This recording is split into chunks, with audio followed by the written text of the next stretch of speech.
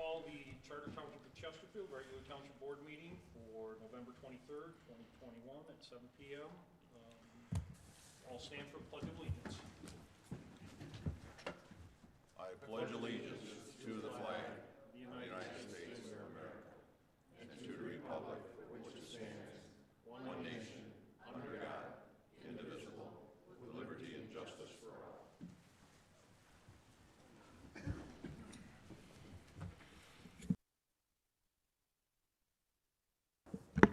Supervisor Kersten. Here. Treasurer Elliott. Here. Trustee Anderson. Here. Trustee DeMink. Here. Trustee Joseph. Here. Trustee Vosberg. Here. Clerk Berry is excused tonight due to illness. Item number 4, approval of agenda. Deputy Clerk Knight. 4A, approval of agenda with addendum item 10A. Do I have a motion to approve? Move to approve. Support. Trustee Anderson and Trustee Vosberg.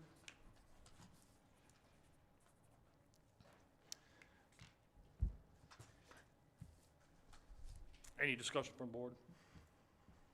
Discussion from public? I have a motion by Trustee Anderson, supported by Trustee Vosberg, to approve the agenda with addendums as necessary. Clerk Nyza, call the roll. Trustee Anderson. No public. I did call for it. Yep. Did you choose to make? Yes. If you want to make a comment, please do so.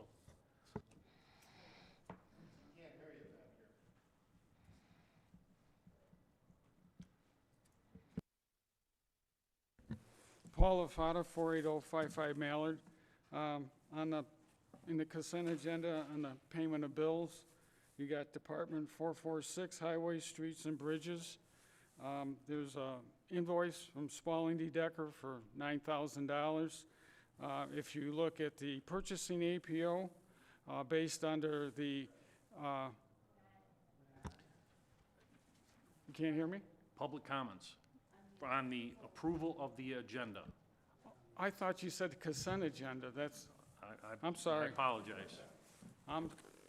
That's why I didn't.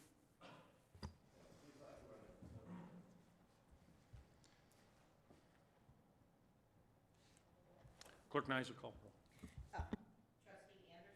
Aye. Trustee Vosberg. Aye. Supervisor Kersten. Aye. Treasurer Elliott. Aye. Trustee DeMink. Aye. Trustee Joseph. Aye. Item 5, presentations.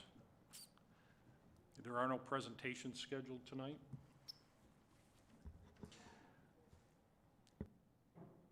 Pardon me?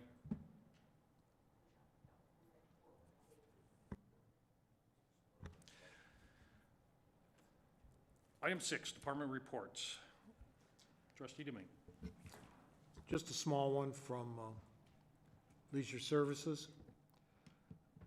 Santa's coming town on Wednesday, December 1st at 6 p.m. Come view the excitement, review Santa's message, and experience the magic of the season through a childlike among the ambience of the charming historic village. Live performances by the L'Anse Creuse High School North Bands and Anchor Bay Bands. Please allow 30 minutes to welcome the holidays together during this outdoor event. Parking is available near the Senior Center wing of the municipal offices. Additional parking with shuttle service will be from Green Elementary School. Guests should dress for the weather, wear walking shoes, and bring their cameras. This event would not be possible without the support of our financial contributors, Genesis Credit Union and Joe Ballard Towing, and in-kind business assistance from Richmond EMS, Big B Coffee of New Baltimore, Turf Screamers, Top Dog Entertainment, and RJ's Doghouse. We have the perfect recreational basketball program to keep boys and girls active during the winter months. Dribbling, passing, and shooting skills are developed as players are taught the rules of the game. Leagues are available for 1st through 6th grade boys and girls. Cost is $90 residents, $95 non-residents. This is for a 4-practice, 6-game league. Registration placing now through January 7th. Thank you, Mr. Supervisor. Thank you, Trustee DeMink. Trustee Joseph. Just a brief update from the library board. The library board met last week, and I was personally very encouraged, and I hope the board is as well, with regard to the energy that the library board seems to have with regard to trying to figure out what the shape of the library presence looks like in the township. They have made it very clear that they are very invested in looking at any and all options for a more permanent library, including some initial discussions with Supervisor Kersten, and there is hope that perhaps there is a opportunity for a joint use, that some type of joint use is a viable option for the library, whether that be with existing property that could be available in the township involving other school districts, or new ventures that include plans for rec centers, and they really have spent considerable time looking at any and all options, and I was very happy to hear the paths that they're willing to explore and the relationships they're looking to forge to make something, you know, substantial and worthwhile happen. So as I said, I'm very encouraged by that, shared my encouragement, and continue to reach out to any board member who might be interested in participating in any committees either formed by this board or a request from the library board. I think there was some disappointment maybe in having conversations with some of the library board members about this board's public statements regarding their recent millage. And it was a difficult conversation, but the reality is that this board acts completely autonomously from the library board. And so we are not in a position to create their message or their millage proposal. And, you know, speaking only for myself at those meetings, I know that other board members have an interest in the library and seeing the library, you know, flourish here, but specific dollar amounts and millage requests are difficult. And so although we are autonomous bodies, it's encouraging to see an interest in working together to try to find something that maybe we can take to the residents that enhance our township without a tremendous financial burden. So those discussions continue, and there's a very good group of people over there that are very motivated to see something happen. So just wanted to update the board on that and let you know that we could be in receipt of a request to actively engage with them, and I'm hopeful that we do that. Thank you. Thank you very much. Any further from the board? The supervisor's report is going to come from Deputy Duchesne tonight, and then I'll have some add-on comments to follow up with Trustee Joseph's statements. Thank you, Mr. Supervisor. The progress at a glance report issued for November with most data cumulative through the end of October has been published. It is available online at the website, also in written form. The progress at a glance report contains a number of facts and information regarding the township government business progress and includes some updates on projects such as the Civic Center Drive and parking lot, the senior center activities area, where that stands, and the timing on the future completion of several of the projects. So as you look through the report, and we encourage everyone to do so, it should give a snapshot view of a number of these projects and the status, give people a feel for where they are if they have questions regarding that. It also projects projects that have been initially underway from a design standpoint for future consideration by the Board of Trustees. So those project reports are available in this document. I also want to say that in the document is the first steps of reporting on a number of projects that are underway, but also we are including monthly service metrics, or a dashboard of service metrics, which is a fancy term for outputs and data that concerns the performance of authorized public service practices in the township. Those monthly service metric dashboard reports are part of this report through October 31st of '21, and we'll continue to do these updates throughout the coming year. The next item the supervisor's office wants to update is to, of course, again encourage people to go to our website and sign up for the Notify Me for Chesterfield residents. These will provide options for news and alerts to be directly sent to you in forms of email, and these notifications could contain a variety of information from activities and upcoming events to information critical to living in the township. The red here on the demonstration board, that's the button on the website to go to. You click that on. Notify Me is then you are able to enroll in this by entering your email address. And as you do that, you may check that and the types of things you want to be contacted by, such as the Public Works news, just anything from the home website, and the township spotlights that follow.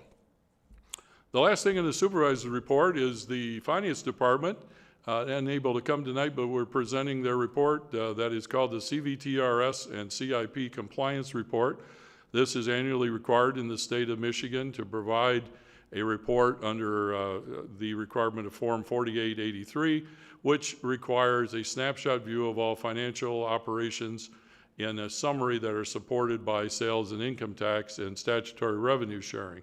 This report, and a booklet's in front of you, is a report that contains the essential elements. Is prepared from the audit and what's called the F-65, which is the yearly financial report submitted to Treasury. This report must be completed, it's got to be completed 5 days from now, but the finance director and department have completed it. This is also available under our financial services reports. It speaks to the total financial position and the assumptions of the community. It does contain projections for '22 that are being changed as we go through the budgetary process, but it includes historically correct information. For example, in this, it would say how the local government projects revenues, and in this example, the finance department states it's expecting a 3% increase in revenues overall, and that revenues are continuing without major unexpected or major expected changes. The overall expenditures are below the CPI at 2.4%, and there will be a push to focus on increasing capital expenditures in the near future. It then also demonstrates fund equity as required by the Act, and this report is also in graphic form due to a service that the Finance Department uses called Munetrics to help publish a standard report that meets all state regulatory requirements. That is available again online, and there are a few hand copies in front of the board tonight, so you'll have those for your reference going forward. One of the things, and on this is very important, two critical areas. This is the pension funding status, which will demonstrate where the township has been recording its obligations for pension funding. Many governments in Michigan are in significant problems in funding those. The township is right about where it should be today in the 70th percentile for pension funding. The other is back on the other post-employment benefits or OPEB requirements. Again, the township is in a good position on those. This is a optional but recommended dashboard.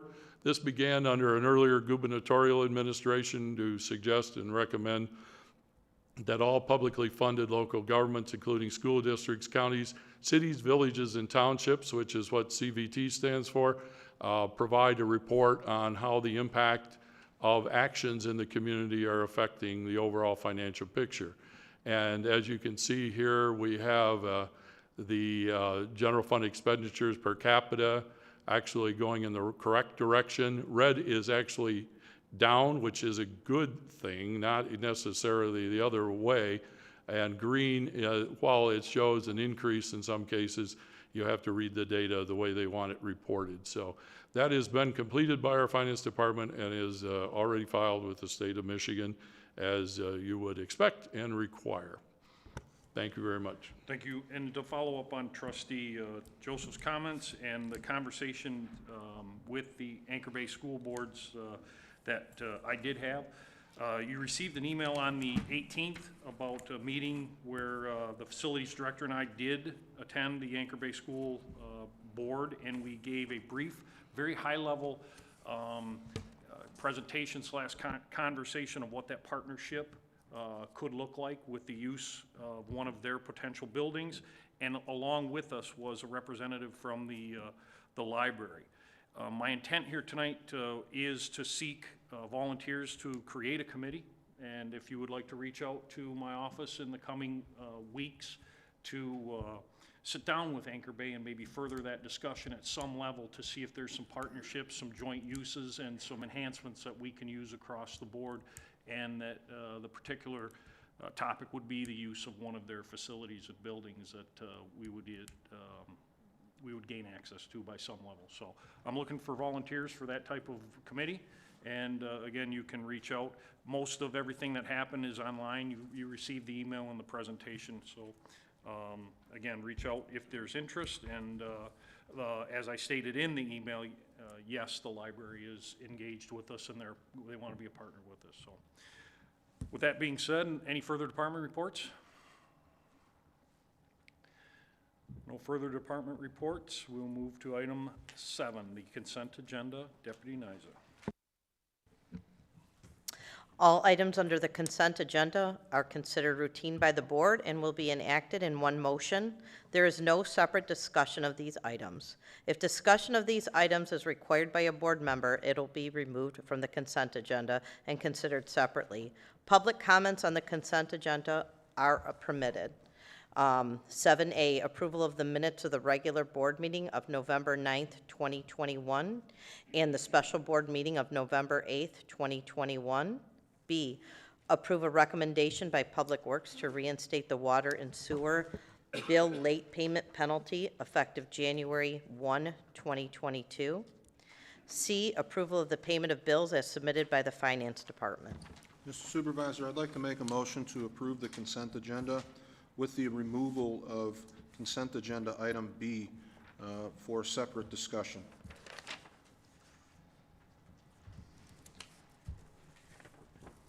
Support.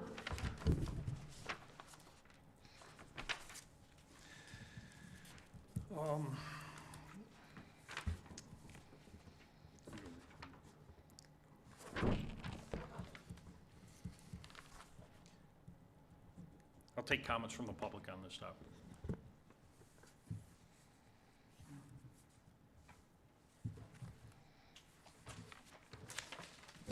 Paul Afata, 48055 Mallard. In the payment of bills, Department 446, Highways, Streets, and Bridges, there's an invoice for Spalding Decker for $9,000 for 30% progressive payment. If you go to the purchasing policy, Supervisor Accavetti went through a lot of pain to rewrite that and put in their service contracts based on qualification-based selection.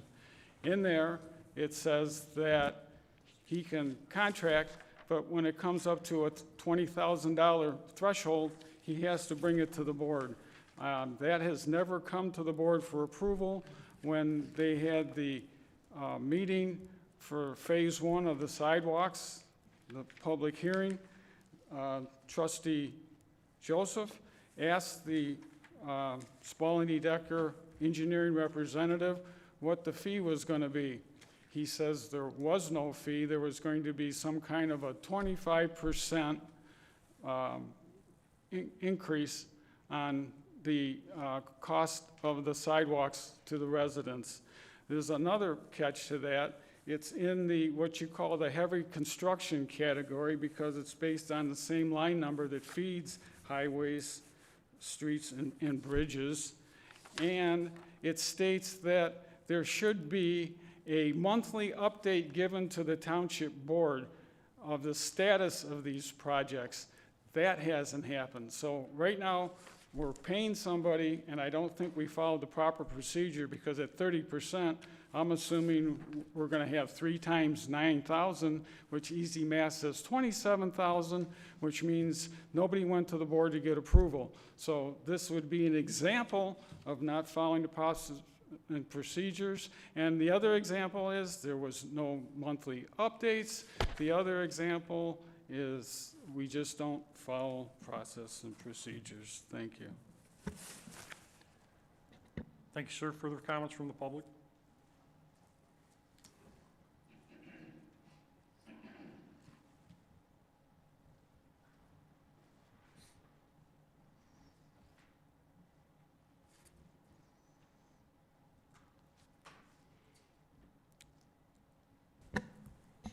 John Speaka, 53978 Connor Drive. Under the consent agenda, I think where it says November 8th minutes, I think that's supposed to be November 18th, if I'm correct. Can anybody confirm that on the special township board meeting? Is that what we're referring to?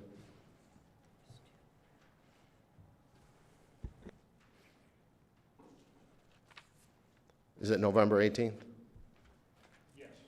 Okay, so on the November 18th special board meeting dealing with the budget, I have a question for the treasurer. Deputy Supervisor Duchesne had brought up a suggestion to add a 1% tax to the residents of Chesterfield. So I was wondering if the treasurer could answer my question. At the 1% Mr. Speaker, tax. this isn't, it's your comments. There's no Q&A back and forth. Your comments. Well, my comments, okay. Under the reinstatement of the water bill late fee, which was pulled from the agenda, I'll wait for that to come up.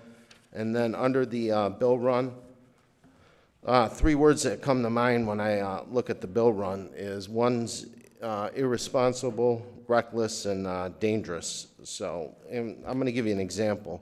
When I look at the bill run for Aztec Cleaning, I mean, we pay them $5,897 per month at $70,764 a year just to clean the municipal building. Now, here's the crazy part. They just clean the building, but we pay for the supplies. We pay for the bags, the toilet paper, the paper towels, the hand soap, the garbage bags, the toilet bowl cleaner, and the urinal mats.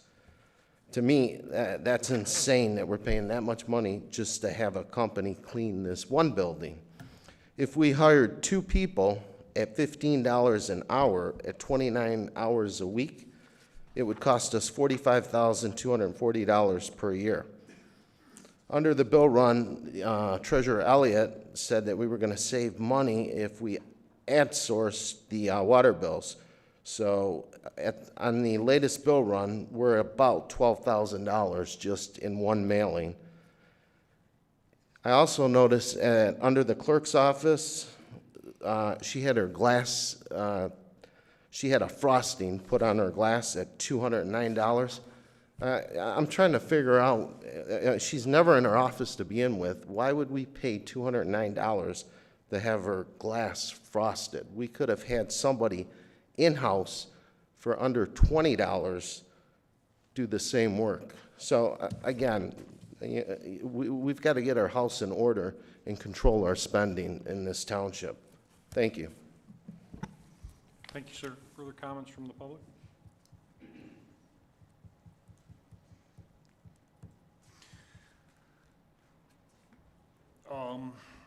So I have a motion by Trustee Joseph, supported by Trustee Anderson, to approve the consent agenda with the exception of item 7A, which would then be item 9A.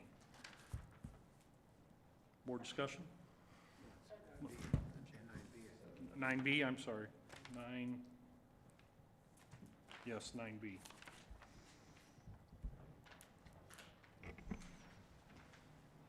I have a comment. Trustee Voss. I just have a comment. The dates on the special board meeting, the date is correct. Yes, it is correct. I was just pointed out by,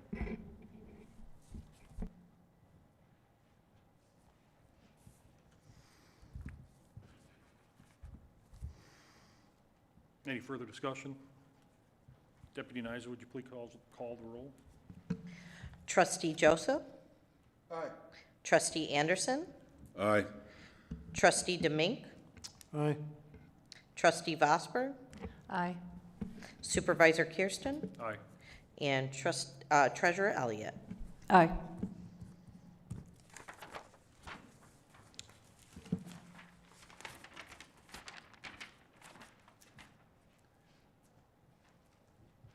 Item 9A, or 7B, I'm sorry. Item 7B.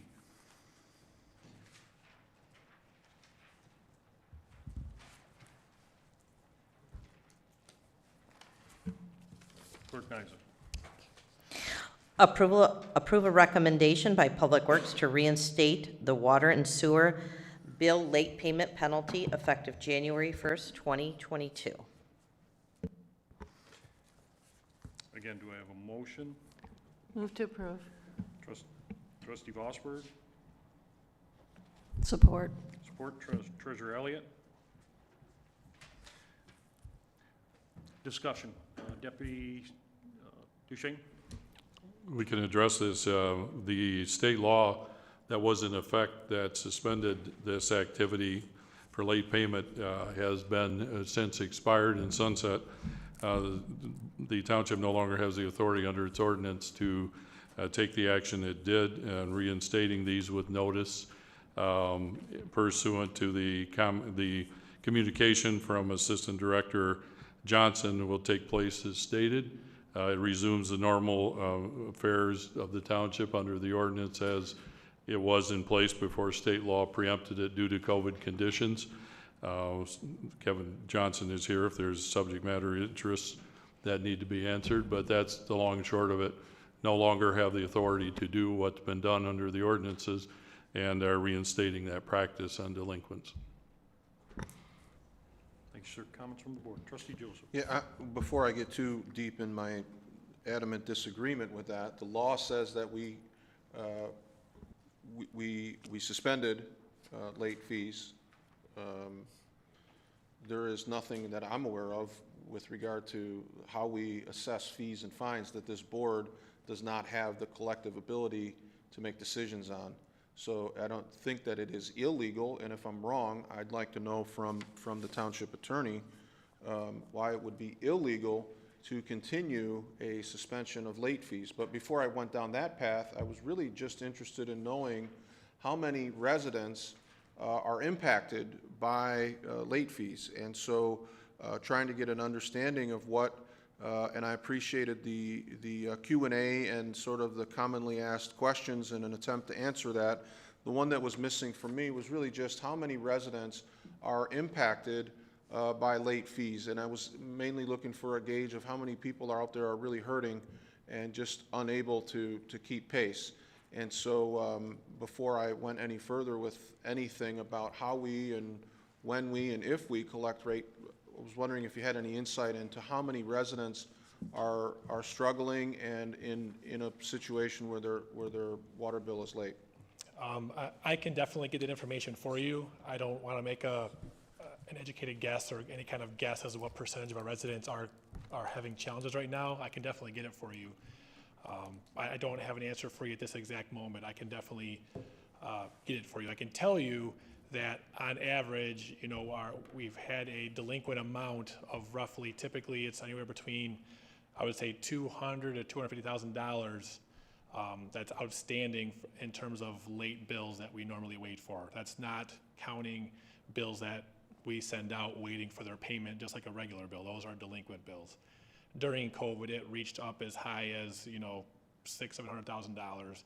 We have since gone back down to like we're about $300,000 to $350,000. So I can tell you in terms of those numbers, I can give you a number in terms of finance. I can't give you a percentage of residents that are being affected. Thank you. You're welcome. Any further comments? Further comments from the board? If there are no additional comments, Mr. Supervisor, I'd like to make a motion to table this agenda item until Mr. Johnson comes back to the board and just provides us with a little more insight about how many residents are impacted by this And I would ask that it be postponed until whatever time Mr. Johnson needs to bring back. So is this something that we could do at our next board meeting? Yep, absolutely. Okay, so just trying to be consistent with the language, I don't know if I'm asking for a table or a postponement until our first meeting in December.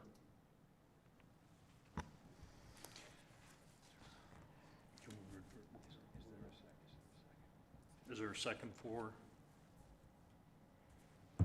To postpone until the next meeting for 14th. Director Johnson to provide that financial number? Second. That would be the motion, yes, thank you.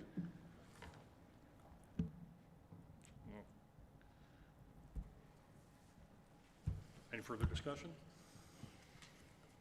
Clerk Berry, call the roll. She can't. Clerk Niza, call the roll. Trustee Joseph, Aye. Trustee Anderson, Aye. Treasurer Elliott, Aye. Supervisor Kersten, Aye. Trustee Demink, Aye. and Trustee Vosberg. Aye. Thank you.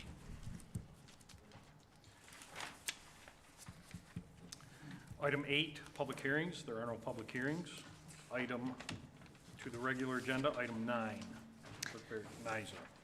Approve the second reading and adoption of ordinance amendment number 194, amending Chapter 14, Buildings and Building Regulations, and Chapter 30, Engineering and Design Standards, as they relate to the installation of sidewalks and other non-motorized facilities, and setting forth engineering design standards for construction of sidewalks and non-motorized facilities.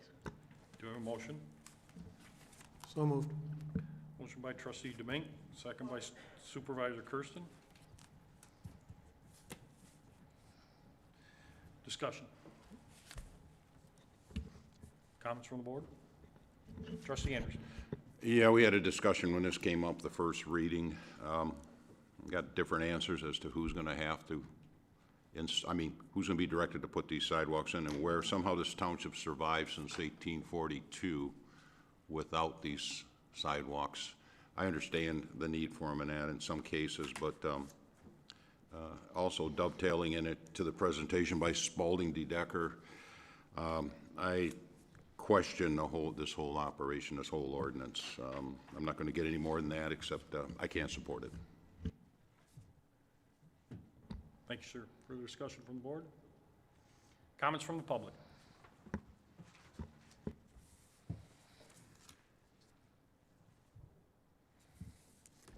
Paul Lafata, 48055 Mallard. This is a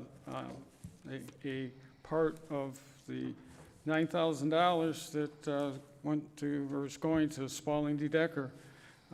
This ordinance was updated by them. It fits their needs, the characteristics as far as unevenness and what makes it necessary to replace was all done by Spalding D. Decker. There still hasn't been an identified means of how Spalding D. Decker is getting paid for this project, and this is one of the parts of the project they're getting paid for. They updated the ordinance. So it kind of just keeps festering as we go along. Thank you. Any further comments from the public?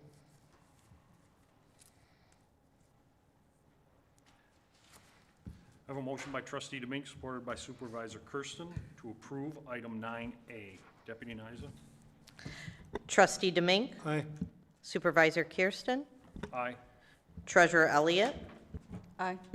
Trustee Anderson, No. Trustee Joseph, No. Trustee Vosberg. Aye. Item 9B. Approve a recommendation by Finance to set a public hearing for December 14th, 2021, to hear comments on the proposed township budget for fiscal year 2022. Do you have a motion? So moved. Support. Motion by trustee Vosberg, supported by treasurer Elliott, to set the public hearing date. Comments from the public?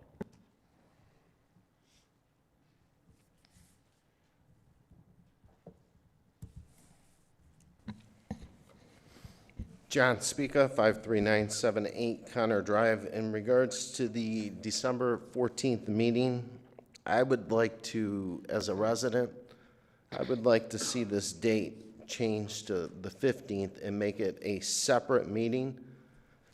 On the 14th, we've got a regular township board meeting, but the budget is way too important, in my opinion, to include it with the regular township meeting. So I think it should be a separate meeting to give residents input, get their questions answered.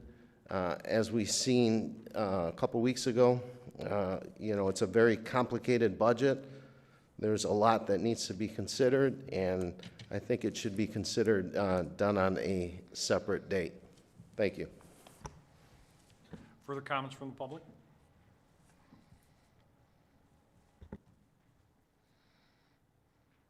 Paul LaFauda, 48055 Malin. I don't know how this public hearing is, I think 10 days prior, there's supposed to be notice put out to the public, and 10 days prior, the final budget's supposed to be available for the public. Part of the problem is I really don't know if the public knows about it, because I was the only resident at the last meeting. And I think if the public, if our residents actually saw the budget and every department but one is in a deficit, they'd be real concerned. I really don't think they have any idea of where the township budget is right now. And I'm just want to make sure that the notifications get out as it's put in Michigan compiled law, because that budget's supposed to finalize budget 10 days prior, and there's supposed to be notification put out. Thank you. Thank you. Further comments from the public? Just so you know, the draft budget is on our website, and it has been posted to our social media pages. Comments from the board? Trustee Joseph? Yeah, just for clarity, we're voting on the 2022 calendar. Correct. Which has nothing to do with any meetings that we have the remainder of, 2021. This is simply the calendar of the 2022 meetings. Wrong item. I'm Budget. sorry, I'm, Yeah, and the next item. We're on the budget, the public hearing for the budget. show me where I'm at, I'm sorry, I apologize. 1 second while I caucus with my advisor. Apologies. I was I drifting. make them all the time. Yes, thank you. Apologies. Further comments from the board? I have a motion by Trustee Vosberg, supported by Treasurer Elliott, to approve item 9B. Deputy Niza. Trustee Vosberg, Aye. Treasurer Elliott, Aye. Supervisor Kersten, Aye. Trustee Anderson, Aye. Trustee Demink, Aye. and Trustee Joseph. Aye. Item 9C. Approve a request to adopt the 2022 Charter Township of Chesterfield meeting calendar, including holidays. Very excited about this one. I would like to make a motion to approve. Support? Motion by Trustee Joseph, supported by Trustee Demink.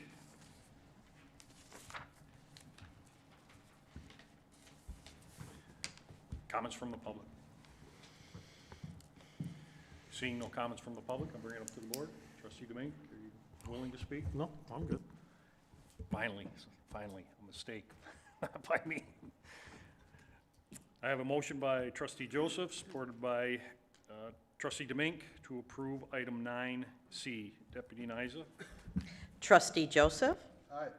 Trustee Demink, Aye. Trustee Anderson, Aye. Treasurer Elliott, Aye. Trustee Vosberg, Aye. Supervisor Kersten. Aye. Item 9D. Deputy Niza. Approve a recommendation by Facilities and Operations Department to award the 2021 through 2023 commercial snow services at the municipal office, fire stations 1, 2, and 3, Bay Harbor Pump Station, Police Department, and DPW, a 3-season contract to Ultimate Lawn Service, and the amount of $22,500 from GL 101-265-931.002, $36,000 from GL number 205-336-931.002, $1,350 from GL number 101-271-931.000, $13,500 from GL number 205-301-931.002, and $12,000 from GL number 591-441-931.002, and also to amend the budget to GL number 205-336-931.002 and the amount of $2,500 for the 2021 possible snowplow services to fire stations 1, 2, and 3. Thank you. Do I have a motion? So moved. Motion by trustee Joseph, supported by treasurer Elliott. Public comments. What, trustee Vosberg? My apologies. Trustee Vosberg was the supporting member. Comments from the public? Mr. Supervisor, got comments? Yeah, I'm right back. John, Speaker 53978 Connor Drive. Just curious, when I was looking at the consent agenda regarding this item, I noticed that besides Ultima, there was only one other bid by Unique Clips. I was wondering why we didn't get a third bid in this process, because I've noticed that Ultima seems to have a lock on this township between the grass and the snow. Thank you. Further comments from the public? Deputy Duchesne, would you like to address that? The pointed aspect of this is that this is a hybrid blended service delivery model, which supplements the existing workforce potentially with a subcontractor that's commercial. This is one of the more extensive bid documents that's actually put together, and it is, of course, publicly advertised, and the receipts of the bids are noted in your file fully. The other commentary is that it is a potential contract cost, unlike some things, but in the spirit of what the township's trying to do about modifying service costs and having alternatives such as we've done with EMS, and we'll continue to do and look at other aspects of this. But the bids are certainly proper in form, and the number of interested parties it was posted, and those companies who feel they can deliver the service obviously did so. The department's analysis is pretty thorough, and I think if any questions come there, I think they'll be able to answer those. Bring it back to the board. Trustee Anderson? Yeah, I was looking at this, I don't want to jeopardize our public service places by not getting the snow removed, but I know that back earlier this year, we had this state-of-the-art lawnmower with tracks that could go all over Pollard Park. This thing was fantastic. And they needed it just for that, Pollard Park. The next meeting, we contracted out cutting the grass for Pollard Park. And I guess the Alpha lawnmower ran up and down elsewhere, cutting down the Phragmites. October 26th, now you explained something to Mr. Duchesne. I guess this makes logic too. Our last meeting, the township purchased 3 Boxer electric poly salt spreaders at the cost of $15,300 some odd dollars. Apparently make the assumption that must be used for spreading salt. And now, I guess we're gonna have those to keep the wood chipper company or something in that shed over there, or what? And you mentioned something about this snow removal is gonna help our workers, our township workers, or what? Or we just, we got a chance to grab some more equipment here and let it sit around? Where are these salt spreaders, where are they gonna be used at? That the township bought last, on October 26th. Thank you.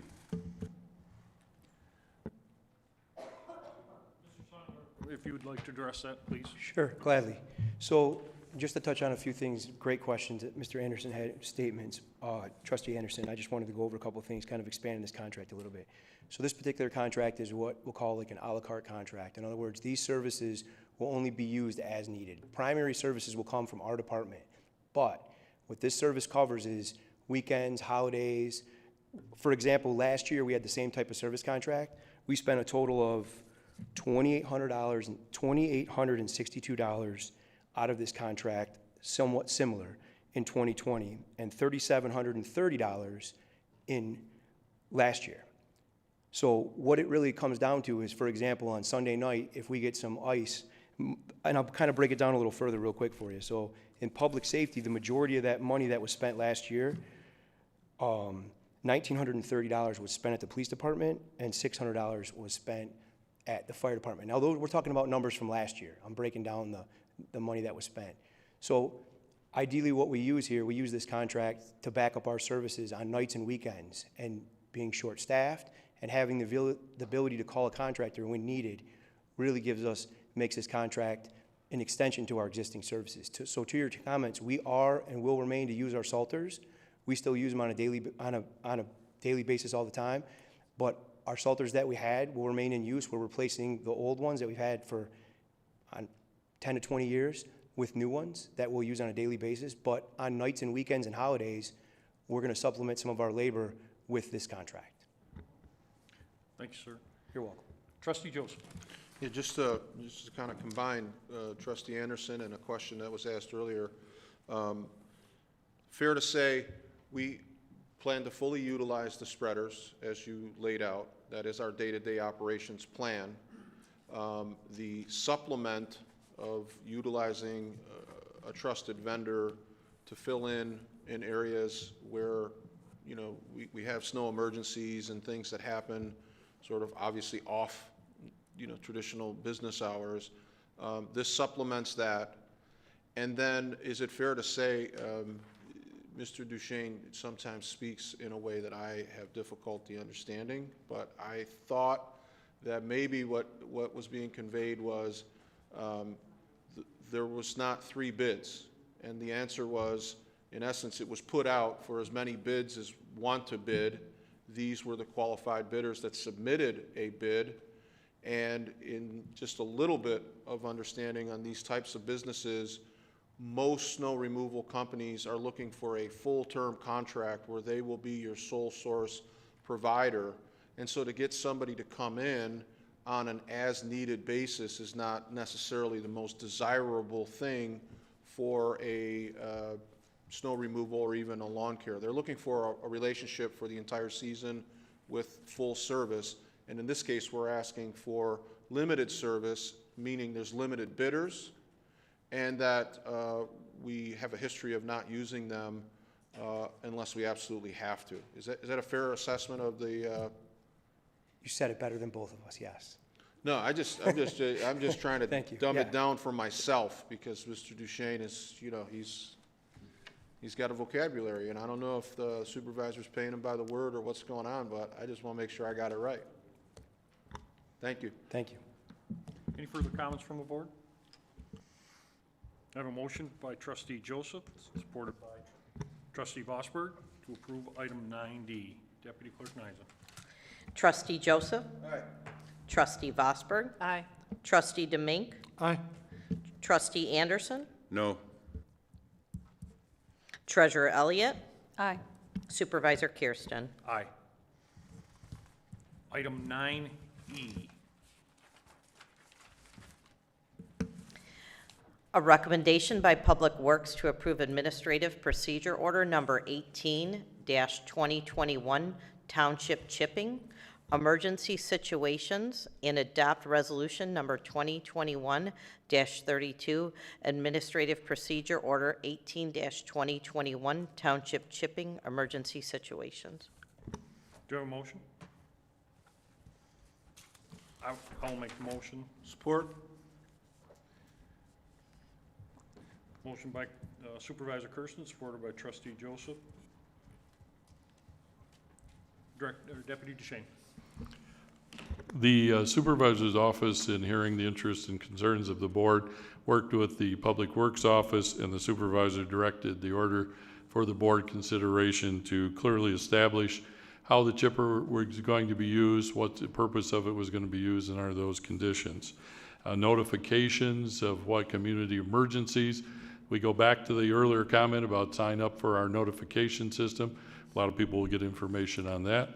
And I will cut it off there and make it as direct as I can. Thank you, sir. Any comments from the public? I'm sorry. Comments from the board, I'll do the public after. I'm sorry. Trustee Vosberg. Thank you.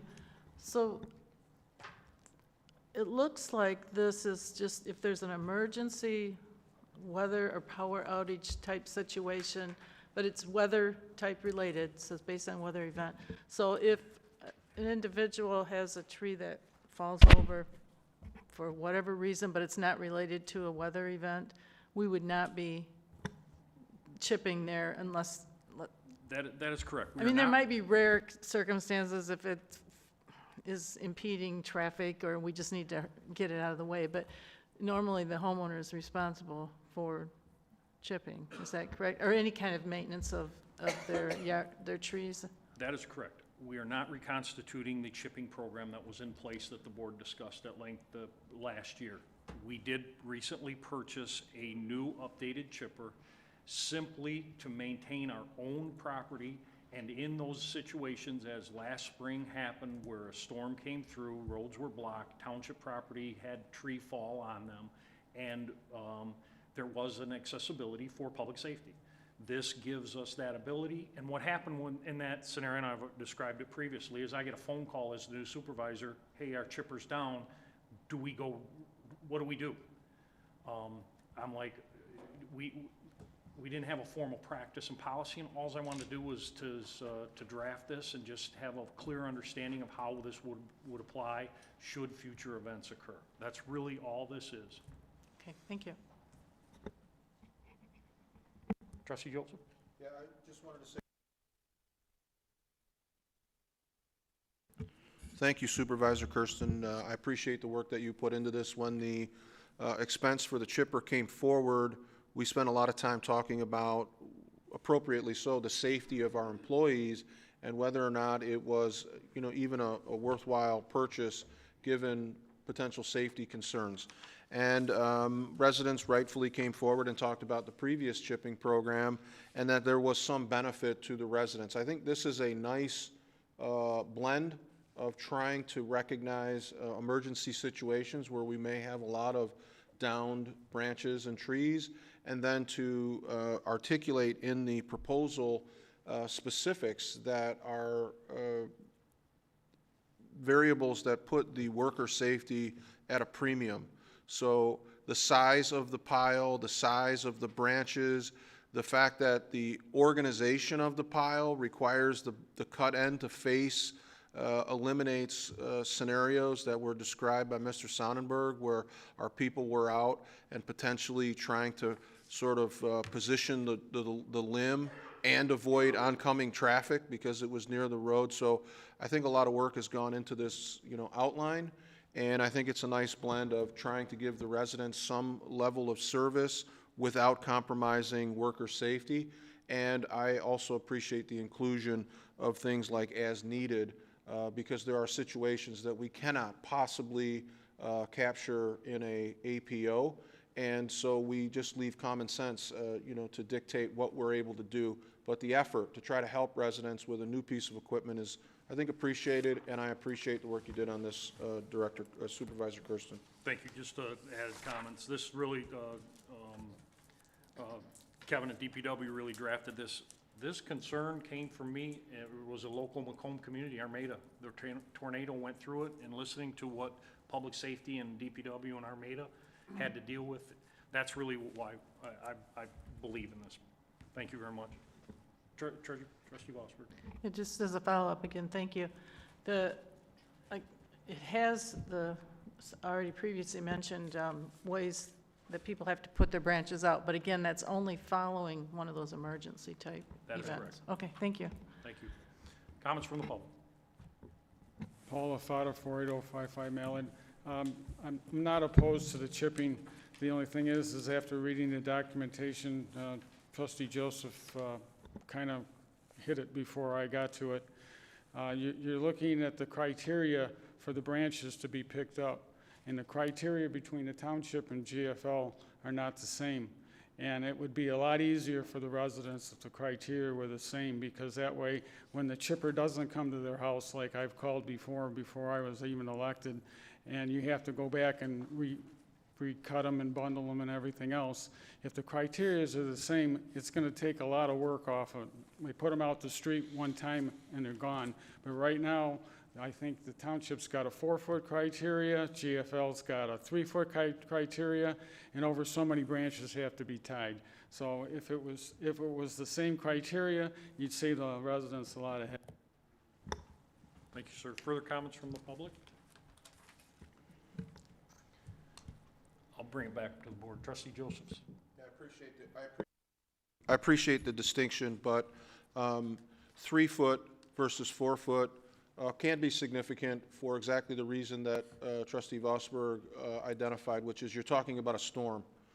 So if you're doing routine maintenance on your yard and you're making trimming, you know, a 3-foot pile is a little, you know, just from a workload standpoint, recognizing an emergency situation where you could have a lot of branches down and you're calling on the township, you know, bundling and 4-foot. This is a little bit more in comparing the two, and I haven't done a complete side-by-side analysis, but I recognized that this program allowed for what you would envision to be consistent with an emergency situation. So if the storm comes through, blows down a lot of trees, 4-foot pile with the ends cut facing the road is a little bit more forgiving than the requirements of GFL, which are 3-foot bundles and bundled and you know, tighter parameters. So this gave a little bit of latitude, and I do agree there's some minor inconsistencies with the variables. But again, this is a unique situation involving storms. So you know, I like the work that was done into it, and I appreciate the comment. Thank you. I have a motion by Supervisor Kersten, supported by Trustee Joseph, to approve 9E. Supervisor Kersten? Aye. Trustee Joseph? Aye. Trustee Vosberg? Aye. Trustee DeMink? Aye. Treasurer Elliott? Aye. Trustee Anderson? Aye. Item 9F. A recommendation by Public Works to approve Administrative Procedure Order 19-2021, Township Snow Plowing, Emergency Situations, and adopt Resolution Number 2021-33, Administrative Procedure Order 19-2021, Township Snow Plowing, Emergency Situations. Do I have a motion to approve? I will make the motion to approve this APO also. Support. Support by Trustee DeMink. Deputy Duchesne. This is a policy order of the board that I'll make it as clean as we can. Number one, we expect the Macomb County Department of Roads to take care of public roads in the township, as that is their responsibility, including snow and ice control. They are compensated for it through Act 51 funds. Private roads that are controlled by HOAs, the township's position is the HOA should make arrangements to have those cleared at their cost. Third, if there is an emergency situation and a request is made by the Department of Roads for township assistance, depending on availability of equipment and at the direction of the Public Works Department, that decision will be made on a voluntary basis of the township, pending the availability of equipment and manpower to do so. That's the gist of it. We have a department here for additional comments, but the supervisor also, in supporting further SOPs on this, wanted to make the policy clear, and if the board passes that, it should make the policy very clear and easy to follow. Thank you, sir. Comments from the board? Trustee DeMink. Basically, it just comes out that if we have a bad snowfall and the road, like it's happened in prior, while I sat up here along with the rest of my counterparts on the board, road commission calls us, they say you get to do zone A, B, or C, they reimburse us. and is that basically my understanding of the way it used to be? That's correct. Okay. Trustee Vosper? And then to follow up, if they don't ask us and we just go out and do it, we will not get reimbursed, correct?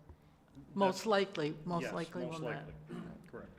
All right. I think it's a good policy that we're putting that all in. It helps the residents too to understand, as frustrating as it can be to be in the middle of a subdivision and you can't get out, we can only do so much as a township. So, thank you. Correct, and our equipment is limited for large snowfalls, so. Any further comments from the board? Comments from the public? Seeing no comments from the public, I have a motion by Supervisor Kersten, supported by Trustee Demink, to approve 9F. Deputy Nizer. Supervisor Kersten, Aye. Trustee Demink, Aye. Treasurer Elliott, Aye.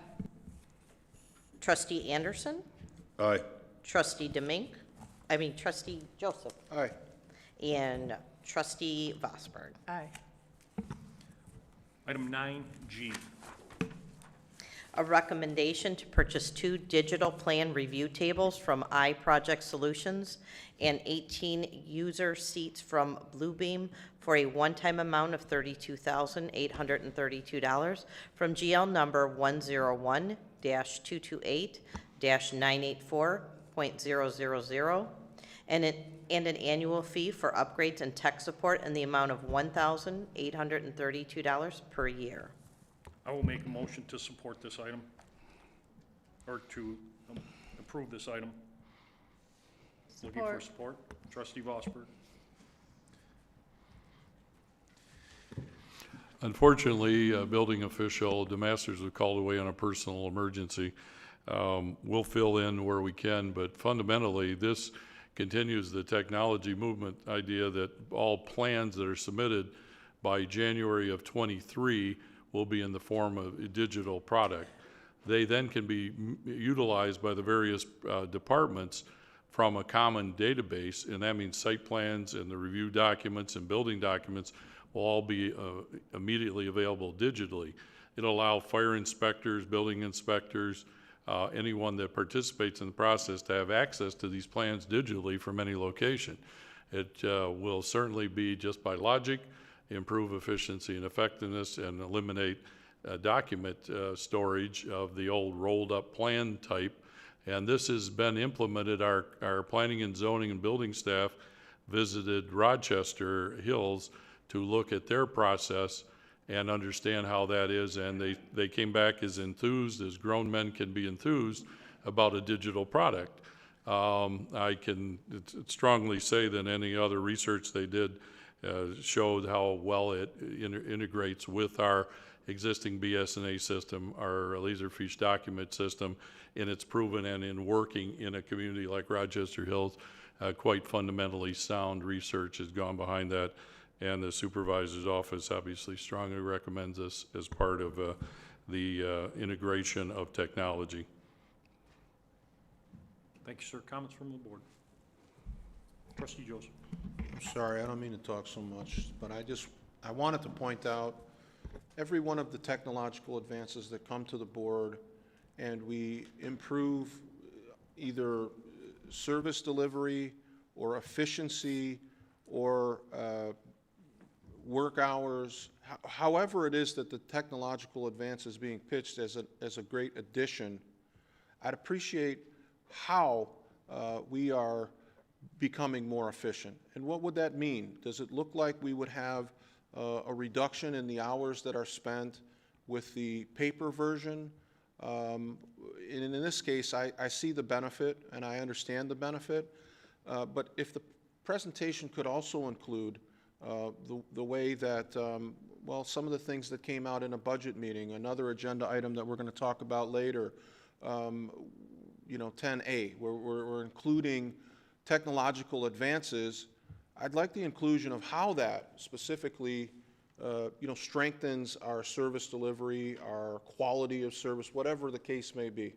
And this one I'm okay with, and I understand it. Just as a general moving forward, emphasizing how that really does enhance us would be helpful. I had a 10-hour speech to go along with this on reducing personnel hours and replacement, but you asked me to kind of cut it shorter tonight. Excellent, so, okay. excellent rebuttal. Further comments? Trustee Vosper. Thank you. I have a question regarding the use of the product. Is it for proposed projects as well? So, for example, would the Planning Commission and/or ZBA benefit from this, or is this only for finished approved projects? Literally, what you are going to see with this is a developer coming in with a thumb drive, which starts the entire process here of how plans, subdivision, buildings, renovation all happen, and it literally is delivered to the building department, and it's downloaded, and they walk out the door. Well, as stated, those big rolls and those big plans that you see are no longer, and it's shared throughout our entire network. As you see, the licenses, the fire department, DPW, assessing, everyone has access to that original thumb drive. And what's nice about it is as changes are made in each department and recommendations are made or alterations in it, it's done across the system. So planning gets to see the change almost live if they chose. And it holds a history of it. So you literally know what planning's idea, what their notes were, what the changes were, what the alterations were. And it's just, to speak to the efficiencies of the workforce, it's just going to be overwhelming. We currently have a records file office of, I want to say 30 by 40 back here of just building plans. The hope is no more. Comes in a thumb drive, it stays in the thumb drive, it's stored in our system in the thumb drive, and the changes that we as department heads, managers make, and planning and zoning all live within that thumb drive plan. Okay, so then the members of the Planning Commission and the ZBA would be able to access that Correct. through their, Yes. great, thank you. Sounds like a good plan.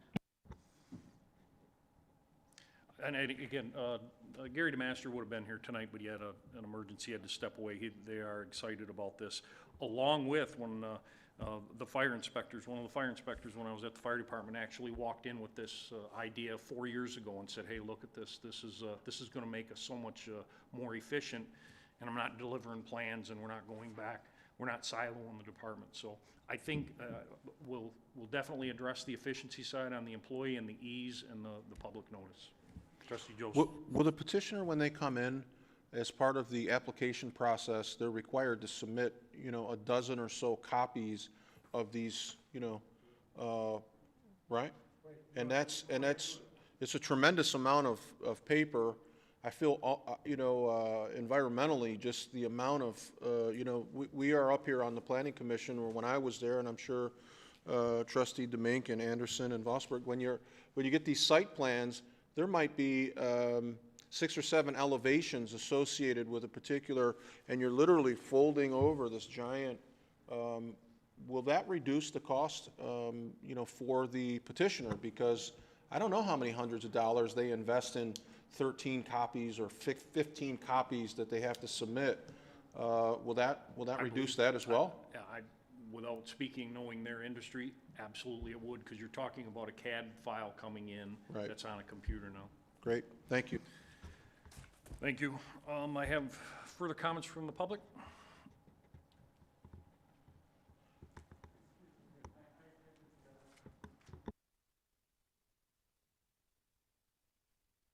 In the automotive industry, we've been transferring data based on high-speed phone lines for probably 30 years now. I transfer data to India, Japan, Europe on a daily basis. And all it takes is a high-speed line the telephone company AT&T put in. Transfer data all over. Transfer the data in, goes on your server, you pull it up on your screen. That's how easy it is. Been doing it for 30 years.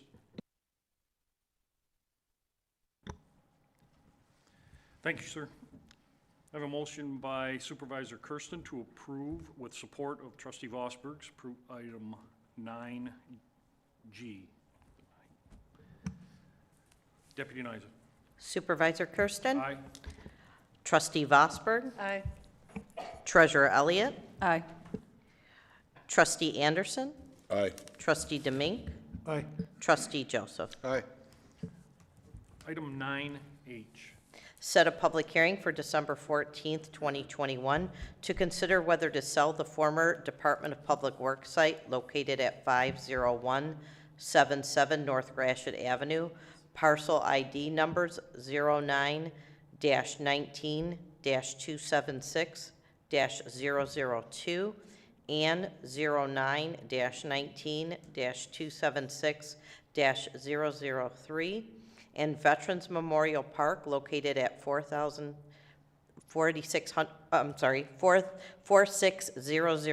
Community Center, parcel ID number 09-32-326-001 and 09-32-326-002. So moved. Support. Motion by Trustee Joseph, supported by Trustee Demink.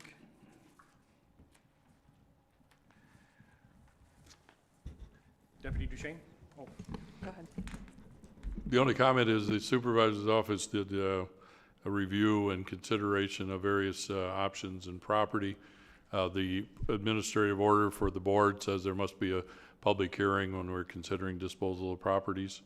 That in setting this starts that process for consideration and is an important step in moving forward for any consideration.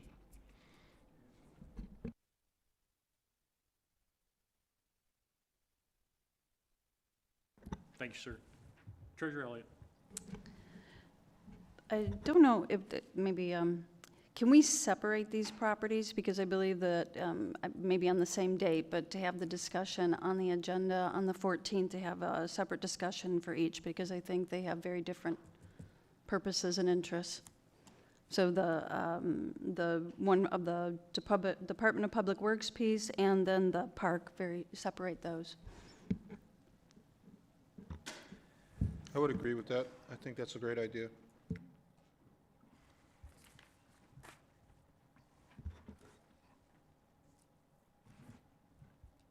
So there's a separate motion to separate the, you want to change the dates of each, or separate the, Amend it, it can be on the same date, but, right, would be two, could it be two items? Yes. Attorney, yeah, two items on that same date. we'll just make, yeah, we'll separate the items, and they'll still be on one publication or request going out, but we'll discuss them separately. As an agenda, separate agenda item. Just to be clear, the public hearing notice goes out as both parcels. How we construct our agenda item is really up to us. The suggestion is just that we consider them separately and they appear as two agenda items. Continued support. I would like, I don't know if Trustee Voss, if please. this is appropriate, I would like for tonight that we have two separate discussions as well. Because right now, I may want to approve one and not the other, but I only have the option of voting So for each of them. And And- follow, And then the other option, the other thing is, we already have the budget hearing on December 14. I think one parcel probably won't bring a whole lot of it, but I think there might be the potential for a lot of people coming for the neighborhood park. So we may not want to have all that on the same night, that's all. Why don't we go to the first meeting in January? David, are you okay with that? We got budget on the 14th. Then our next meeting's between the holidays. So the motion that I made was basically the motion that is listed in the agenda. There was a sort of a friendly amendment, which was to continue with the public notice and then separate the agenda items. I'm inclined to continue that because, to me, I see this factoring in some way to budget discussions, and I think it's a worthwhile discussion. Separating them on the agenda, I think, affords the ability for any board member to vote no I get that. or raise a contention about why and what. And so I think it's part and parcel of a budget discussion, so I would ask that the motion remain with the exception of the friendly amendment, which I agree with. Any further comments? Trustee Lee? No, I'm good. So, following the APO, what my intent here tonight was to bring forward the discussion of the potential sale of both locations. We will, or we can, based on the motion, separate each item so they're discussed separately on that agenda, whatever date that we pick. The reason that date was picked, because following the APO, December 14th fits within the public hearing notice that is required by APO. I think it's 11-19 that the board had approved. So I'm simply trying to conform with that. And I will, again, we can separate these moving forward. So what I'm looking for right now is,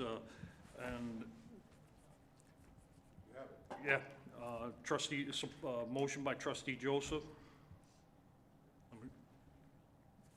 Supported by Supervisor Kersten. Was there other support that I missed? Go ahead. Was it you? Yeah, but Trustee go ahead. Demink, I'm sorry. Trustee Demink, to move forward with the discussion of the sale of the two parcels, which will be listed separately on agenda items. Is that fair? Further comments from the board? Discussion from the board? Comments from the public?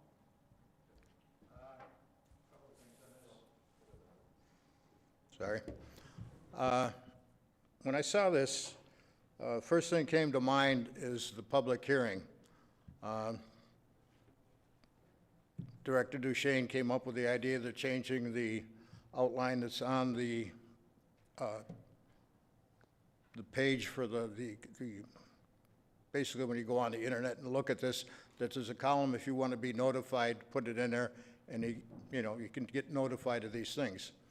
Problem is, the initial notification has always been probably one little block letter in the back end of the voice. Not very many people get the voice. Not very many people come here. So you got 45,000 people out here that don't know what's going on till after it's happened. I would suggest, and I've suggested this before to Clark Berry, basically things like this should go out in a letter, or even precluding the director you say anything, send me your email. And if you want to get these things, get everybody out there on notice that things are happening out there. If you want to be notified, just go on this page and we'll notify you. There's probably 40,000 people in this township that don't know what's going on here. That's the first thing. You got to get better notification and get the public involved. The second thing is, I'm getting older and my memory isn't that great, but I think the people that put, not Pollard Park, but the Veterans Park together, two individuals gathered money and set it up as a Veterans Memorial Park that was supposed to be in perpetuity. In other words, I don't think the township could sell that park. If it's a lot like other donations to this township, essentially, it's in the clause, there should be a clause in there saying it's up to the township to maintain it and keep it, and you cannot sell it. Somebody should do some investigation about that and find out whether you can legitimately sell this thing. And the other thing is if it's going to be an open meeting, I'd like to get to the point where we used to be before Accavetti came here, is when you had comments and had discussions with the board. In other words, I would ask a question and they'd get an answer. We haven't had that for 4 or 5 years. To me, that's an open meeting.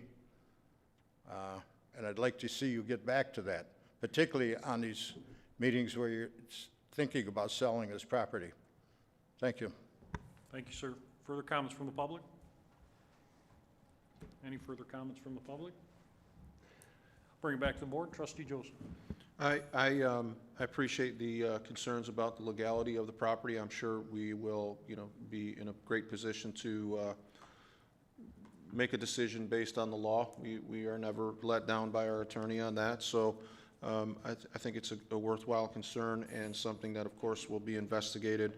The balance of the comments, I realize it's a little far askew, but I think there's a two-way street when we talk about interacting with the public.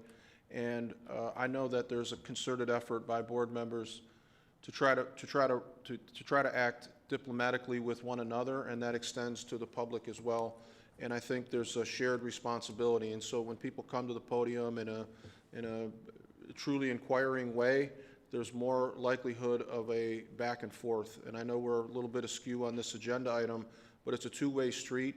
I try very hard personally, and I think other board members do, but I know that that's challenged and stressed when people are, asserting, difficult things, that people are corrupt, or you're not going to get an environment where we can have a dialogue and it becomes difficult. And so I believe that the power is with our residents. And so when people come forward with legitimate questions that are framed in an appropriate way, we're going to have a more civil dialogue. And that's, just my hope moving forward, not just with this agenda item, but, into the new year. We have a lot of things. And in terms of being able to notify everyone, we do the best we can with the, the IT that we have, the social media that we have, the requirements under the Open Meetings Act, and we are just as disappointed as those of you that attend these meetings on a consistent basis that we don't have more public participation, but we do the best we can. Thank you, Trustee Joseph. Any further comments from the board? No comments from the board. I have a motion by Trustee Joseph, supported by Trustee Demink, to approve item 9H. Deputy Nyzen. Trustee Joseph? Aye. Trustee Demink? Aye. Trustee Anderson? Aye. Trustee Vosberg? Aye. Treasurer Elliott? Aye. Supervisor Kersten? Aye. Item 9I. Deputy Nyzen. Approve a recommendation to close on the parcel known as the Salt River Nature Center with Six Rivers Land Conservancy to allocate an additional $32,000 of township funding towards the purchase of property and to request a budget amendment to GL number 101-265-975.000 and the amount of $314,841.35. Do I have a motion to approve? So moved. Trustee Vosberg, Supervisor Kersten will support. What I'm, since this is the acquisition of property and it spanned the course of time, it's been, Attorney Siebert has been engaged in it, and I'll defer to him on the status of and the process of. All right, as the board might recall, about a year and a half ago, you entered into a written agreement with the Six Rivers Land Conservancy to acquire this property. And the way the deal was set up was that the Conservancy would acquire the property, and once it obtained title to the property, the township would then turn around and acquire the property from the Conservancy. And this was all predicated upon a grant from the DNR, which was a 70-30 split. The agreement that you signed with Six Rivers Conservancy required the township to pay $10,000 to the Conservancy in connection with closing number 1, which is where the Conservancy bought the property from the original owner, and to pay all the expenses that the Conservancy incurred in connection with that acquisition. I've received confirmation from a representative of the Conservancy that all of those expenses have been paid in connection with closing number 1.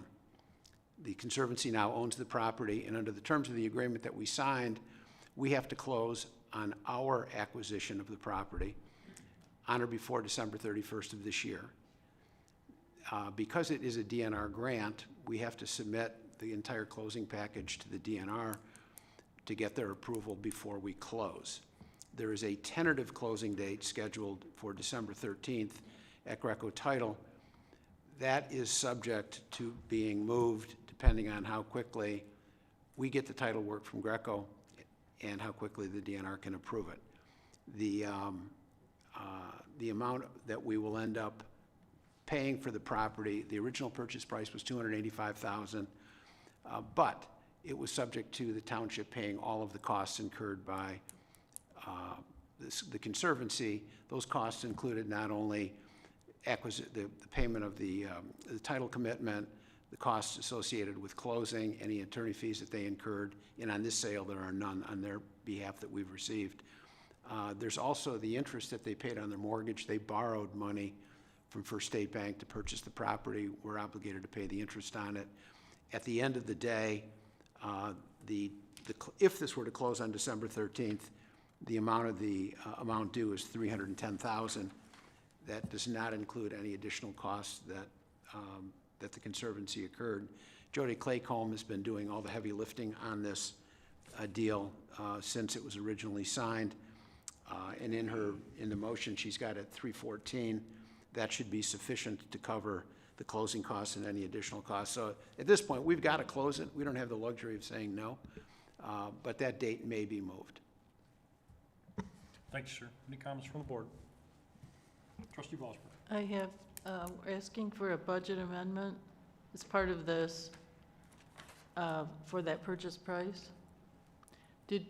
Where's the grant, the revenue from the grant source? There is no revenue from the grant yet because we haven't received the grant. The grant will be, assuming we get the, well, not assuming, when we get the closing package to the DNR and they approve the closing package. I sent an email to the representative from the DNR a week or two ago when we knew that we had to close, sent me back a checklist of what we had to get them. Everything is in order. We just need to get the final title commitment from Greco. When we get that, we'll immediately upload it to the DNR grant site, or at least Jody will. At that point, we are required to get an updated appraisal because the original appraisal that was done on this property was done over a year and a half ago.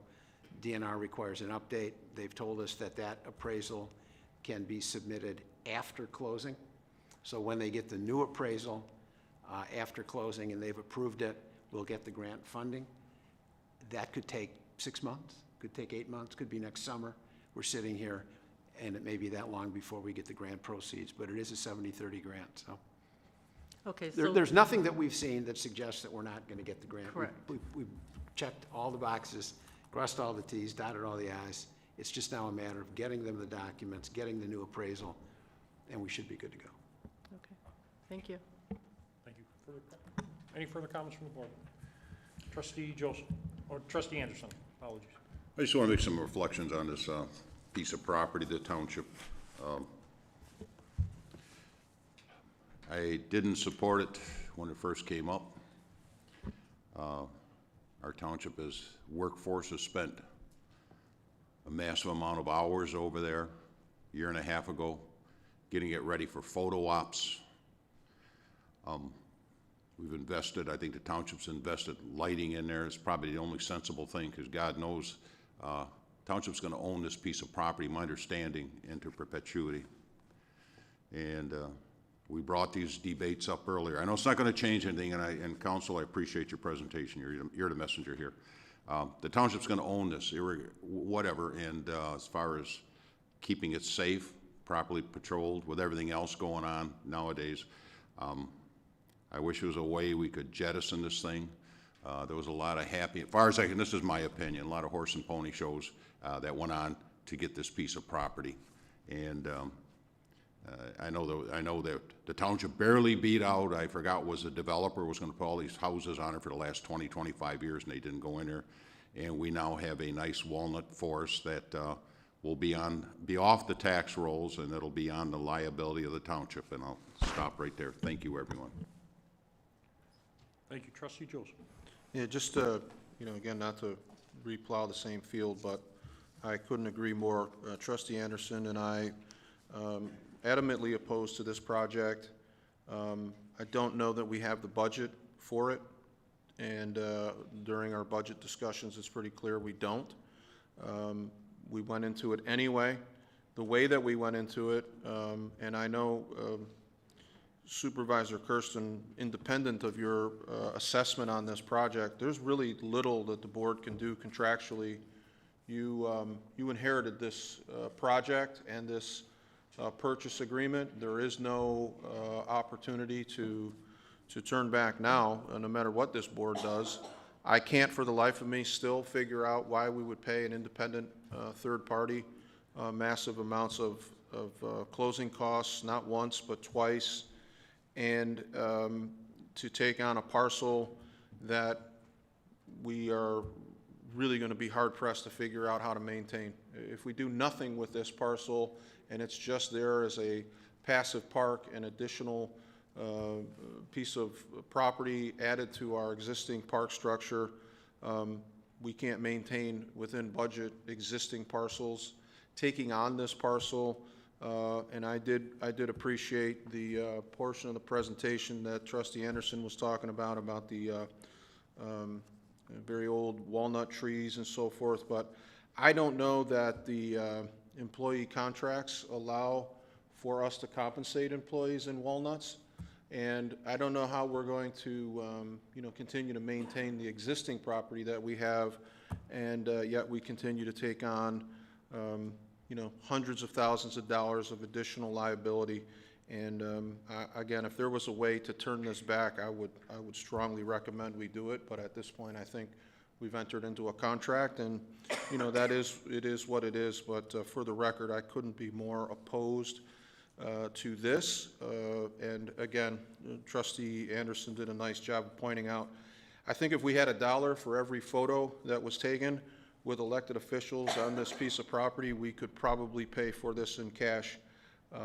But aside from that, I see no value added here, just more liability and money that we do not have, as evidenced by the last budget discussion. Thank you, Trustee Jones. One more comment from Councilor Siebert. One thing I forgot to add is, in the motion, it would probably be a good idea if you authorized Supervisor Kersten to be able to extend the closing date. We're obligated now to close it by the end of the year. We don't know, however, how long it's going to take the DNR to review the package and get back to us. They may do it in a week, but if we don't get that reviewed in time, that December 13th closing date is going to have to move. And between the 13th of December and the 31st with the holidays, it's tight. If you could give Supervisor Kersten the ability to extend it not to exceed 60 days, that will give us plenty of time, hopefully, for the DNR to review it, approve it, and we can close it. And the numbers are not going to change significantly because all we're paying is additional interest on their loan. Thank you, sir. Comments from the public? Did I already do? Do we need to put that in the motion? It should be included assuming that the maker of the motion would be willing to amend it. Yes. Maker of the motion, so to include. It simply allows the township supervisor to amend the agreement only on the term of the date of closing from the 31st by 60 days if we need it. We may not need it. Sure. We may only need a couple of days, but I don't know what the turnaround time over the holidays is going to be for the DNR. So I would support your language, so if you could give that to the clerk, is kind of Deputy looking Nines down is- here. Deputy Nines is making notes. Comments from the public? John Speaka, 53978 Connor Drive. For the life of me, I cannot figure out the former supervisor, Mr. Accavetti, why he would want to move forward to purchase this parcel. Again, just to maintain the parcel, the liability that we're going to have on this parcel is going to be enormous to the residents and to this township. It just goes along with this huge pipe dream that he had for the township. And again, you know, one of the words that I used when I look at the bill run is reckless behavior. Again, here's another example of reckless behavior. I mean, yeah, it was Mr. Accavetti's signature on this parcel, but it wasn't just his signature. He needed Trustee Vosberg's support, which he did. He needed Clerk Berry's support, which he did. He needed Trustee Deming's support, which he did. So again, not only does this fall on the former supervisor, it falls on the majority of this board. So this board has been reckless, and they continue to be reckless at the residents' expense. And it's going to stop. So it's coming to an end. Thank you. Thank you, sir. Further comments from the public? Paula Fata, 48055 Mallard. This is just another example of one of Supervisor Accavetti's projects. If you go back to the 3/17/2020 board meeting, all the documentation stipulates what the costs are going to be, what the interest rates are going to be, and it stipulates that the payment the transaction has to be made before December 31st, 2021. I read and I read and I reread. And one of the things I don't understand is we're looking for a budget amendment. Well, somebody should know that we've got a liability out there. It should have been in the budget. We shouldn't need an amendment. The other thing is I really don't understand it. Every time we have one of these projects, we get less grant money than is promised when the board members that do get sucked into agreeing to it approve it. And we always go back for overpayments, because now, instead of paying a total of $306,000 and $620, we're going to pay $368,620. We're going to pay $30-some thousand more that was originally presented to us. And this happens time and time again. Is this poor management? Is this person can't add and subtract? They don't understand what they're doing.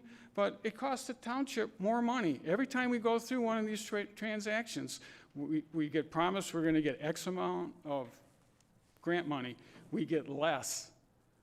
And then we go back to the well because we signed all these contracts, and there's repercussions. You can't get out of the contract.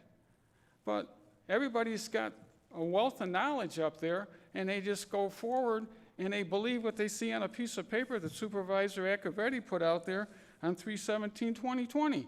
And it didn't come to fruition. It's something different now. And it's going to cost the taxpayers another 30-some thousand. And if it's not in the budget and we're looking for the budget amendment, that means our deficit this year just grew. Thank you. Thank you, sir. Any further comments from the public? I'll bring it back up to the board. So I'll read the motion. I have a motion to approve the recommendation to close on a parcel known as Salt River Nature Center with Six Rivers Land Conservancy to allocate additional $32,000 of township funds towards the purchase of the property, and to request a budget amendment to GL number 101-265-975-000 in the amount of $314,841.35, including allowing the supervisor to extend the purchase date by 60 days. I have a motion by Trustee Vosberg, supported by Supervisor Kersten. Deputy Nyza, please. Supervisor Kersten? Aye.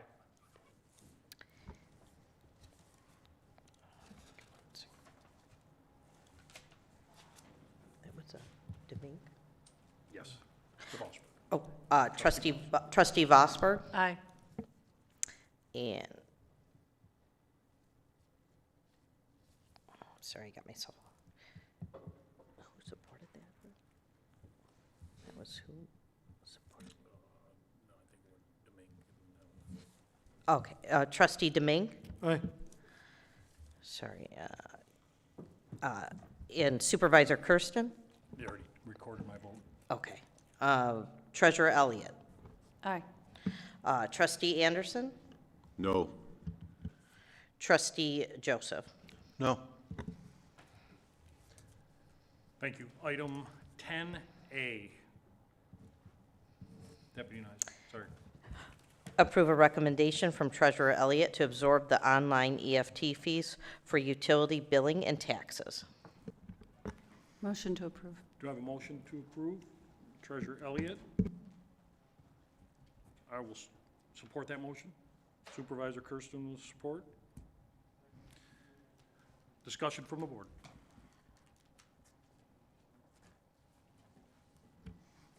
Treasurer Yep. Elliott, please. So currently, you can pay by cash, check, credit card, or the EFT bank transfer. The bank transfers, the EFT bank transfers are referenced on our website as electronic checks. They currently are at a cost of $1.95 to the residents, which is passed on to the residents, a flat rate. The vendor has made a significant cost savings by if the township absorb those fees and make that a contactless, fee-free per transaction to the residents, it is going to be reduced to 95 cents per transaction. There's approximately 9,000 bills that are sent out, and in the summer taxes and the winter taxes, and approximately 60,000 of the water and sewer bills that are sent out annually. And I think Trustee Joseph had some questions. Trustee Joseph. No questions, just comments and compliments. This is a great idea. I think the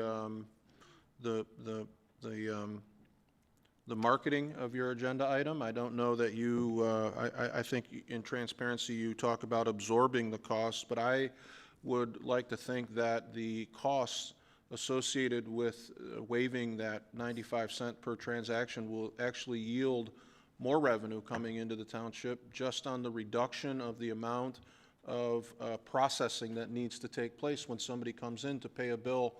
I don't want to say the old-fashioned way, but the face-to-face way. Your staff are required to engage them. There's a recording of the transaction. It's heavily dependent on paper. And for 95 cents, the transaction is made from the customer, our residents, from their home or business, and it's recorded electronically, which cuts down on a lot of the tasks that would be done by your staff. So I appreciate the way that you put this out as an absorption of the online fee, but I think in the long run, and I didn't want to put you on the spot with any projected numbers, but I think there's a growing interest from our residents in being able to transact in an electronic way. And I appreciate those, people that come in and they want to write a paper check and they want to, but ever increasing popularity in transactions electronically. And the fees associated with those are just a cost of doing business that everybody seems to absorb. And in the long run, it's a more efficient way of handling these things, and I'm glad that it's here. Thank you. Any further comments from the board? I'll just say that what's nice about this also is this was already a service that was in place within the township network, and we're just simply expanding on it and then added conversations with it. So that being said, comments from the public? Oh, I'm sorry, Treasurer Elliott. Just in response to Trustee Joseph, so yeah, a clerk in the treasurer's office makes about $45 per hour, so that's about 75 cents per minute. Those transactions, as you said, just taking and opening up an envelope and separating the bills, that's what we do a lot. We'll carry in the big tubs of mail. Takes anywhere from 3 to 5 minutes per transaction, so this more than pays for itself. Comments from the public? Seeing no comments from the public, bring it back up to the board.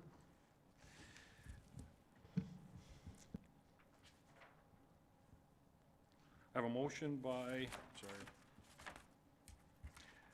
I have a motion by Treasurer Elliott, supported by Supervisor Kersten, to approve item 10A. Deputy Nysa. Treasurer Elliott. Aye. Supervisor Kersten. Aye. Trustee Anderson. Aye. Trustee Demink. Aye. Trustee Joseph. Aye. Trustee Vosburgh. Aye. Item 11, comments from the public. Reminder that this is a 5-minute time limit for comments, and the clock will start upon the speaker speaking. Comments from the public.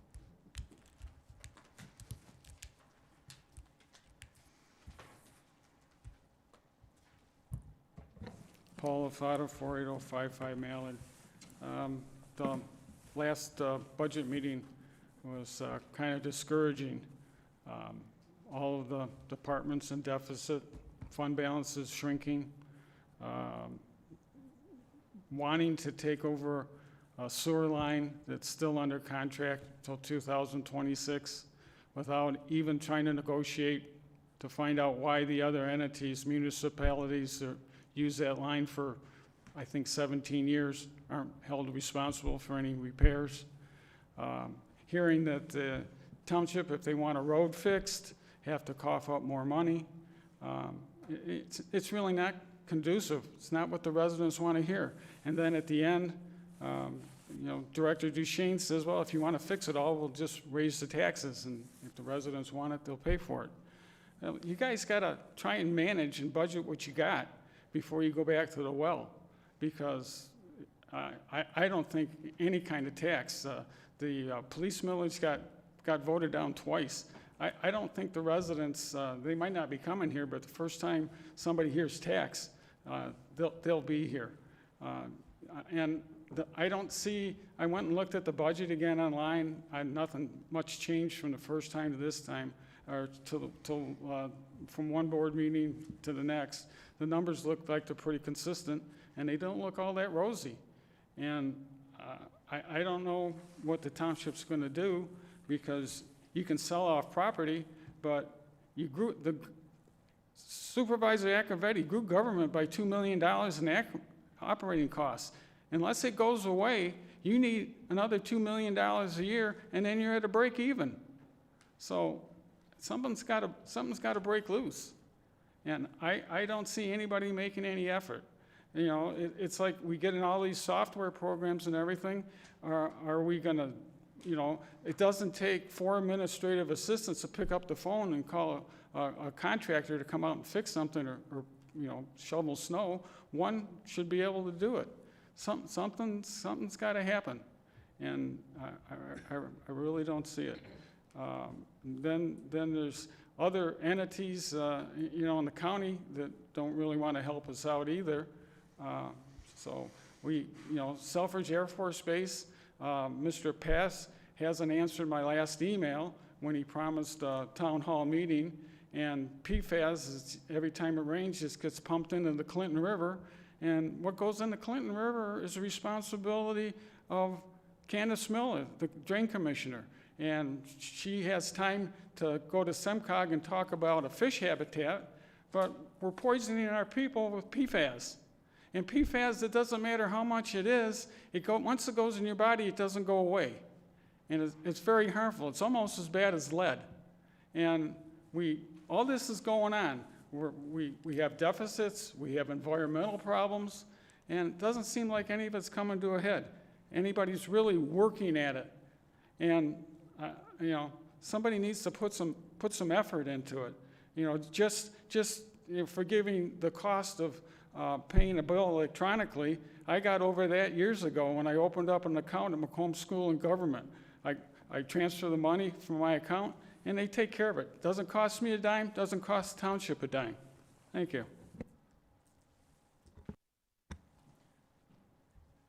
Thank you, sir. Further comments from the public?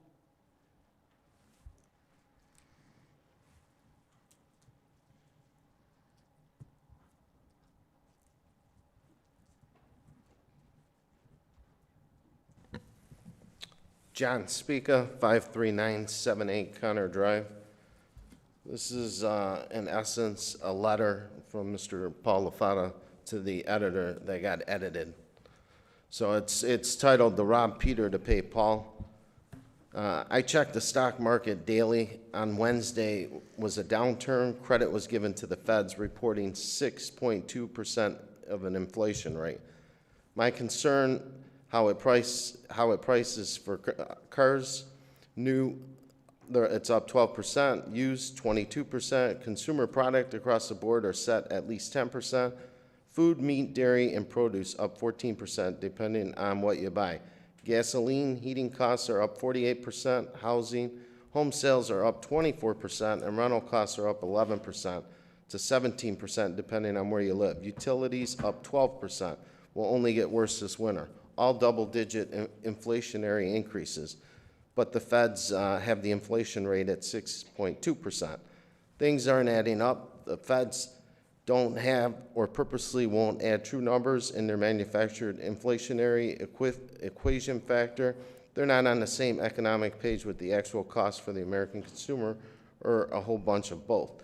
Chesterfield Township held their first 2022 budget meeting on 11/8/21. Mr. Kadich and Mr. LaFata were the only residents that attended. The preliminary general budget deficit was negative $2.5 million. Not sure if the state of the economy was considered.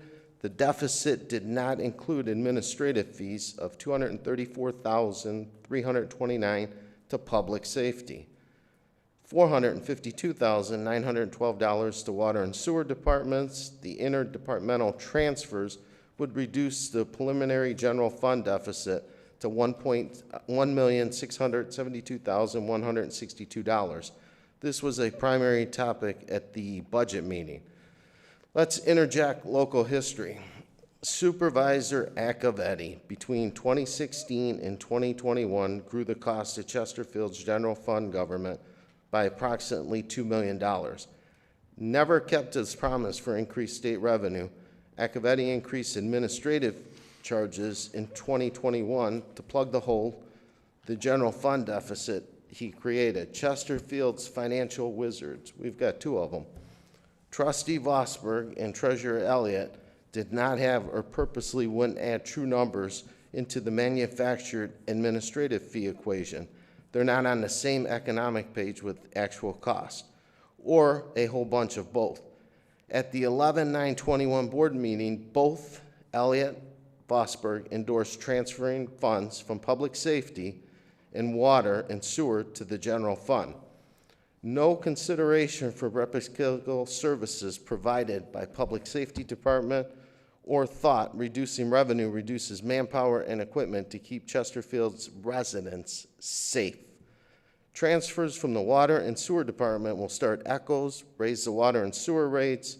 Fees residents are currently paying help support the DPW and the general fund expenditures. Trustee Vosberg and Treasurer Elliott have zero business acumen. They will print $20 bills with Ekaveti's pictures before implementing necessary cost reductions. No consideration for the economy or the effects to the Chesterfield residents. In essence, the easy way is to rob Peter to pay Paul. Paul S. LaFata. I read it because it was printed in the Bay Voice, but it was edited. So this was the exact version on how it was sent out to the Bay Voice. So again, going back to these administrative fees, a lot of residents don't understand the administrative fees. I call it stealing from one department and transferring that money to plug the hole for the budget. They have to do that because the former supervisor increased the budget in Chesterfield by putting his friends and friends of friends in places here. We became an employment agency in Chesterfield. So if you wanted a job, you just come to Chesterfield. If he liked you, you were hired. So that's what part of these administrative fees are. I'm totally against them. I'd like to get rid of them, but I see no way of getting rid of these administrative fees till we do what we need to do, and that's reduce our overhead. My recommendation is that our full-time employees, our elected full-time employees. 15 seconds. What's that? 15 seconds. Take a 10% pay cut, and that's with the new budget. So that, starting off, and then my other proposal is going down the list with each department and scaling back on who we need and who we don't by seniority. So, Thank you, sir. Thank you. Thank you. Further comments from the public?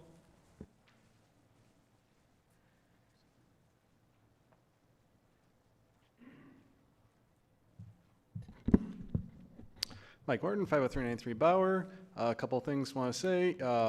One is that we know Thanksgiving is on Thursday, so be careful cooking up the turkeys. That's when a lot of dangerous things happen, like fire starting, and obviously don't have any family fights.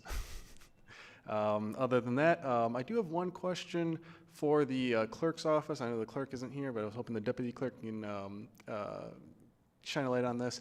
It recently came to my attention that there is a former employee of the clerk's office who is intending to run for a state representative position. And I was wondering if you can comment on this person's abilities when they were employed under the clerk's office. And other than that, I hope everyone has a great Thanksgiving. Thank you, sir. Further comments from the public? I'll bring it back up to the board. Trustee Anderson. Thank you. I get to lead off again. I'll try to keep this as positive as I can. I've had perfect attendance the last 4.5 years at these meetings. Former politician or political official once said, nothing on the agenda is there unless the votes are there for it to pass. And for 4.5 years, my dear friends, that's the way it was. Quite often 4-3, 4-3. There seemed to be little interest in the discussion about the costs of these items. There's been creative bookkeeping going on during this time. These administrative fees, they've got a new term for them, but basically you're paying 7.95 mils for public safety, and that fund is being rated larger amounts to dump it into the general fund to cover some of these wonderful things that you'll get to pay for. I think the December 14th meeting, when it comes to the budget, and basically looks like all our budgets are underwater, and there's talk about what are we going to do to make it right, 1%, increase water bills, whatever. And why does it have to be increased? Tonight's a good example. You own a wonderful 33 tract piece of land over there. Looks like nobody else wanted it, but we got it. And we can talk to the high heavens how wonderful it was. What a beautiful thing. 400 people answered yes on the survey, we were told. I'd like to know where they're at now and where they lived back then. I have a fear that this is going to be quite regular moving forward when all these little things come out of the woodwork and all these expenditures start creeping up. With that, I'll just say everybody have a good Thanksgiving and take care. Stay healthy. Trustee Joseph. Yeah, again, not a surprise. I find myself in a similar situation in talking with and listening to Trustee Anderson. It really has been the better part of 4.5 years of a constant discussion about where will the money come from? Where does the money come from for increased FTEs? Where does the money come from for projects? There was one budget cycle where we had a display on the wall near the supervisor's office. I think they were called one-pagers, and the total amount of all of these ideas was so staggering that the budget, I actually said and took to Santa Claus because I couldn't figure out how they would be done. It got ugly at times, and talking about feeling like the supervisor was wandering around the community with a sack of money looking to buy magic beans at every street corner has in a real way shown itself to us in this budget discussion.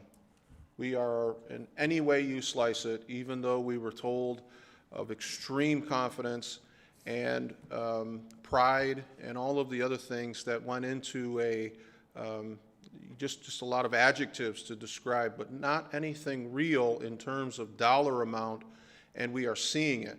We are seeing exactly what we were concerned about over the last 4 years. I give tremendous credit to you, Supervisor Kersten.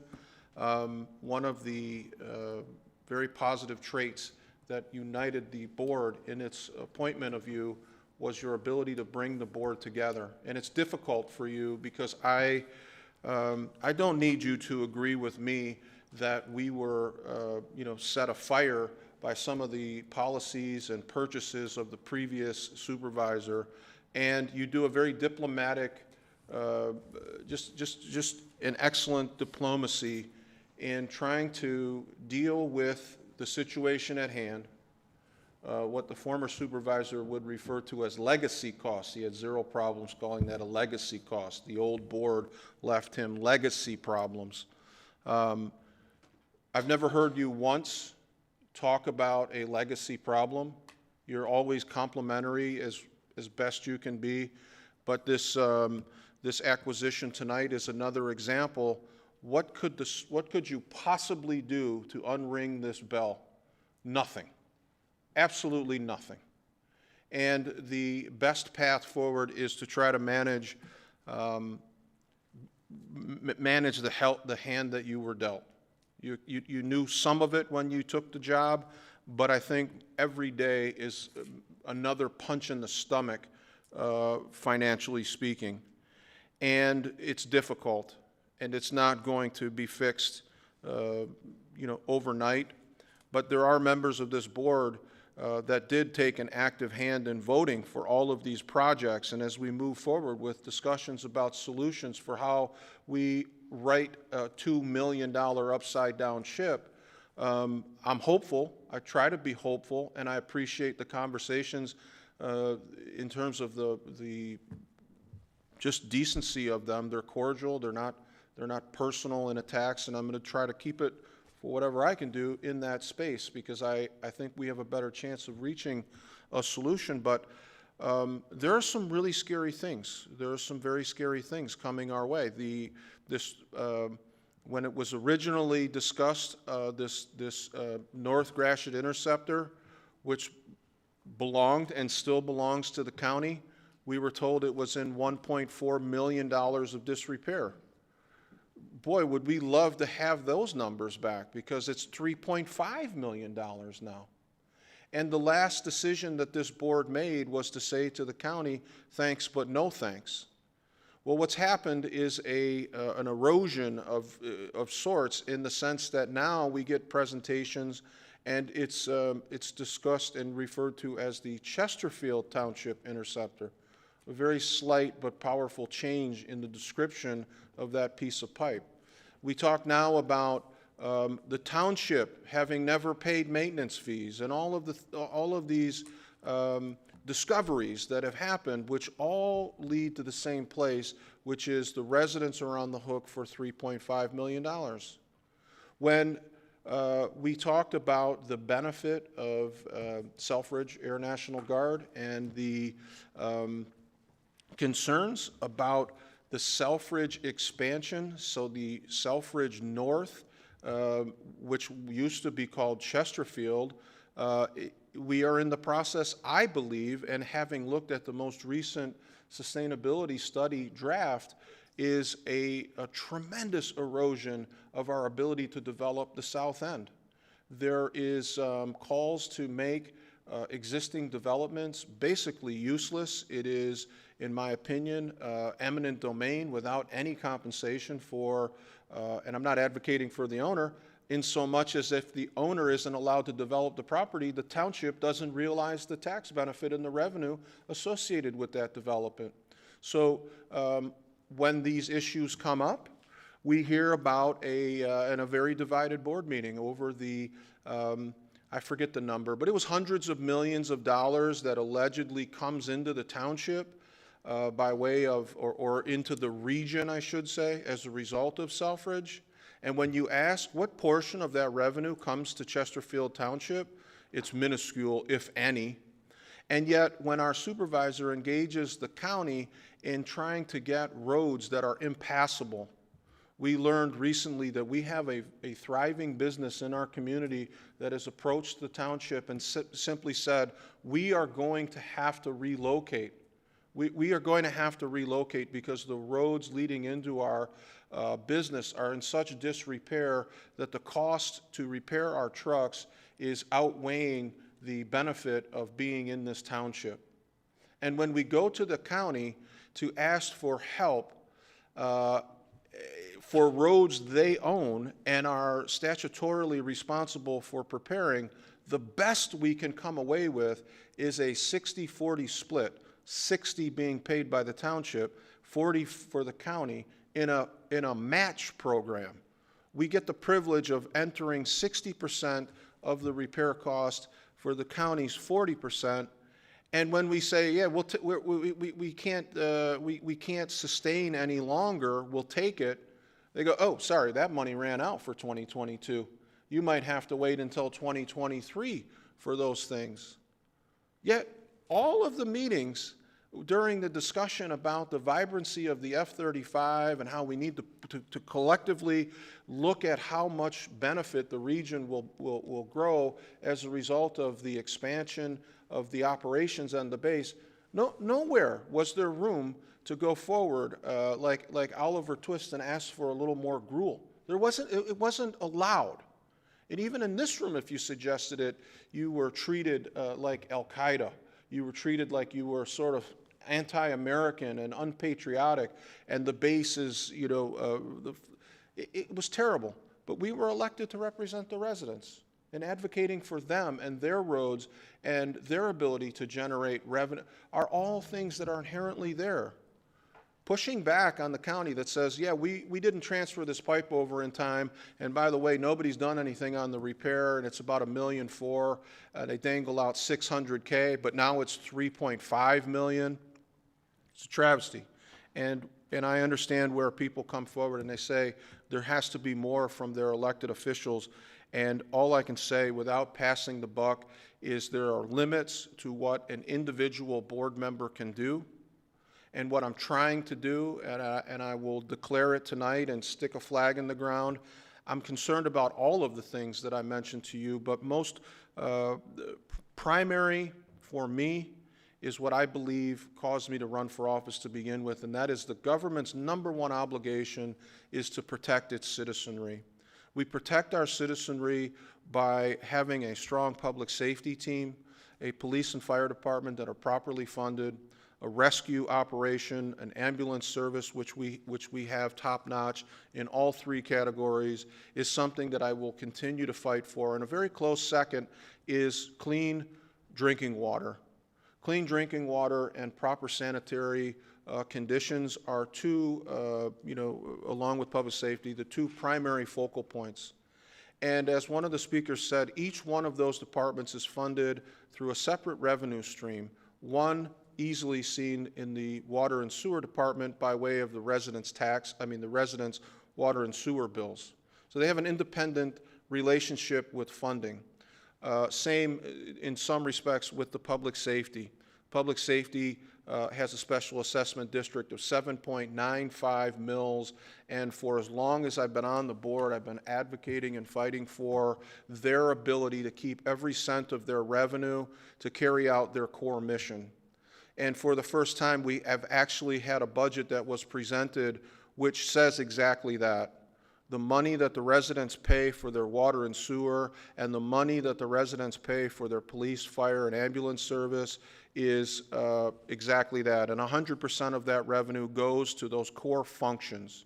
And a budget was presented minus administrative fees, which have now been changed to something I don't know what the focus groups have decided why that change is more palatable than administrative fees. We now call that an interdepartmental fund transfer, but it means the same thing. It is the general fund attaches to the special assessment and the water bill like a barnacle attaches to a ship, and it bleeds off now in excess or close to $600,000 of revenue. And so I guess what I will try my best to do is fight as hard as I can for those issues and do what I can in the others, but there are tremendous problems with our budget moving forward. And the last thing that I will say to my fellow board members who were encouraged, optimistic, they shared in the pride. I remember on the way out, I believe he was awarded some acknowledgement from on behalf of the children of the township who will benefit from his legacy and parks that they can frolic in forever. Those individuals who were very, very supportive of that and co-signed all of the Children's Lifetime Achievement Awards and so forth, are now obligated to come up with the mechanism for paying for those things. And one very difficult area that needs to be talked about is something that we have intentionally backburnered for over 2 years, and that is the utilization of cannabis licensure in this township, and at least a honest discussion about revenue streams that don't involve additional taxation are warranted and should be part of our discussion. I don't think we can simply say, oh, you know, that's bad and we're not going to do it, and I don't care what we must engage in a conversation about what that revenue potentially brings in terms of trying to shore up what we know to be at least a $2 million deficit in 2022. Thank you. Trustee Domingue. To all the residents and to my fellow board members, have a safe and happy Thanksgiving. Thank you. Trustee Vosberg. Thank you. There were some comments made earlier, one talking about water quality. The source of Chesterfield's drinking water comes from Saginaw Bay, from Lake Huron. It does not come from the Lake St. Clair or the river downstream from Southridge. I just want the residents to know that. And we were elected to hold this office by law. We're fiduciaries of the taxpayers' revenue that they pay to us in the form of their taxes. The recommended general fund balance should never go below 30% of annual spending. I checked this out, and currently our general fund balance is, I should have written it down, I did, but I didn't bring the notebook with me, but it's somewhere around 70–80%. So we are well above, and in some years it was even over 100% of our annual revenue. So we are not in, our general fund is sitting in very good shape. Do we need to be careful with it? Yes, we absolutely must, but it is, we're not going anywhere soon, and this township is not falling apart. And then there was something else that was spoken by a member of the public that was very misleading, and it almost borders on, in my opinion, a lie. Administrative fees are to pay for the services that township employees provide. If these services are not provided, then Public Works, the fire, police, they'd all have to hire their own staff. So maybe we wouldn't charge them for it, but they would still have to spend that amount of money to get those services. We just need to be careful about how we present these things in terms of making it sound like one person or one decision is taking away from others. We have always done the service fees. We've always, I was told the township in their budgeting always assessed a fee to those departments. And there's also some comments made about someone who I think was a visionary. And there's a verse in the Bible that says, where there is no vision, the people perish. And if we don't face some of the vision, the needs, the desires that people in our township want, because I hear about them all the time, people want quality of life things. They want parks. They want places that they can take their children and be safe. And we need to be looking at that. And if we don't face up to all that, this township will go to pot. Treasurer Elliott. I want to thank the board for unanimously supporting the move to offer our residents a fee-free contactless payment solution. I also want to wish everyone a happy Thanksgiving. This is a great time. We have had a rough couple of years with COVID, and it's a time to reflect on the things that are thankful for. One of the things that I'm thankful for is for the board here and the work that they've done over the years, each of them. I want to thank the Supervisor Kersten for the work that he's done and coming in 5 months in and working on a budget and learning I know it's been a difficult process and one of learning and understanding and trying to get to a place that everybody can agree on and that's equitable to the township. I want to thank trustees Anderson and Joseph for their candid and frankness, and I want to thank trustees Demink and Vosberg for their knowledge and their patience, and I want to thank the people who come here because this is a time to reflect on the things that are important.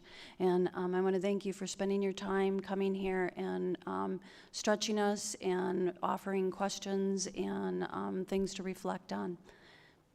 And I want to thank you, Supervisor Kersten. Thank you. I'll try and make this quick, just a few points that I want to address. Again, the topic of a cleaning company in the township, we are paying $70,000, and that is well worth what we're getting based on what we had. The budget, the budget is new to me. It's not new to budgeting. It's new to manage a $40+ million budget, which is this township is, and what it has been. And this is a growing community. There are service demands and there is growth. One of the issues where we do have capital planning, those capital plans aren't approved until they come to the board. Yes, they exceed what our revenues are and what our expenses are, but we look at them and we evaluate them, and the board's going to have full decision as to whether or not we move forward with them in the end. Comments about the budget that was posted. There have been several iterations of that budget.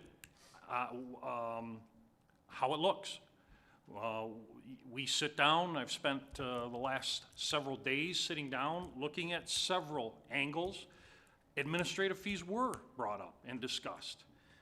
The interfund transfers, once known as administrative fees, has been in, it has been out. It is a problem. It depletes, and one of the items I'm trying to grasp with is, okay, we take that away, we affect the general fund, which is everybody's argument. You're depleting the general fund, but you take away a revenue source that right now, that's the only revenue source for that fund. And I say that coming from this seat and chair now, because I was in public safety where I didn't like it. That's a battle, that is a challenge. We have one more day to work on it before I present it.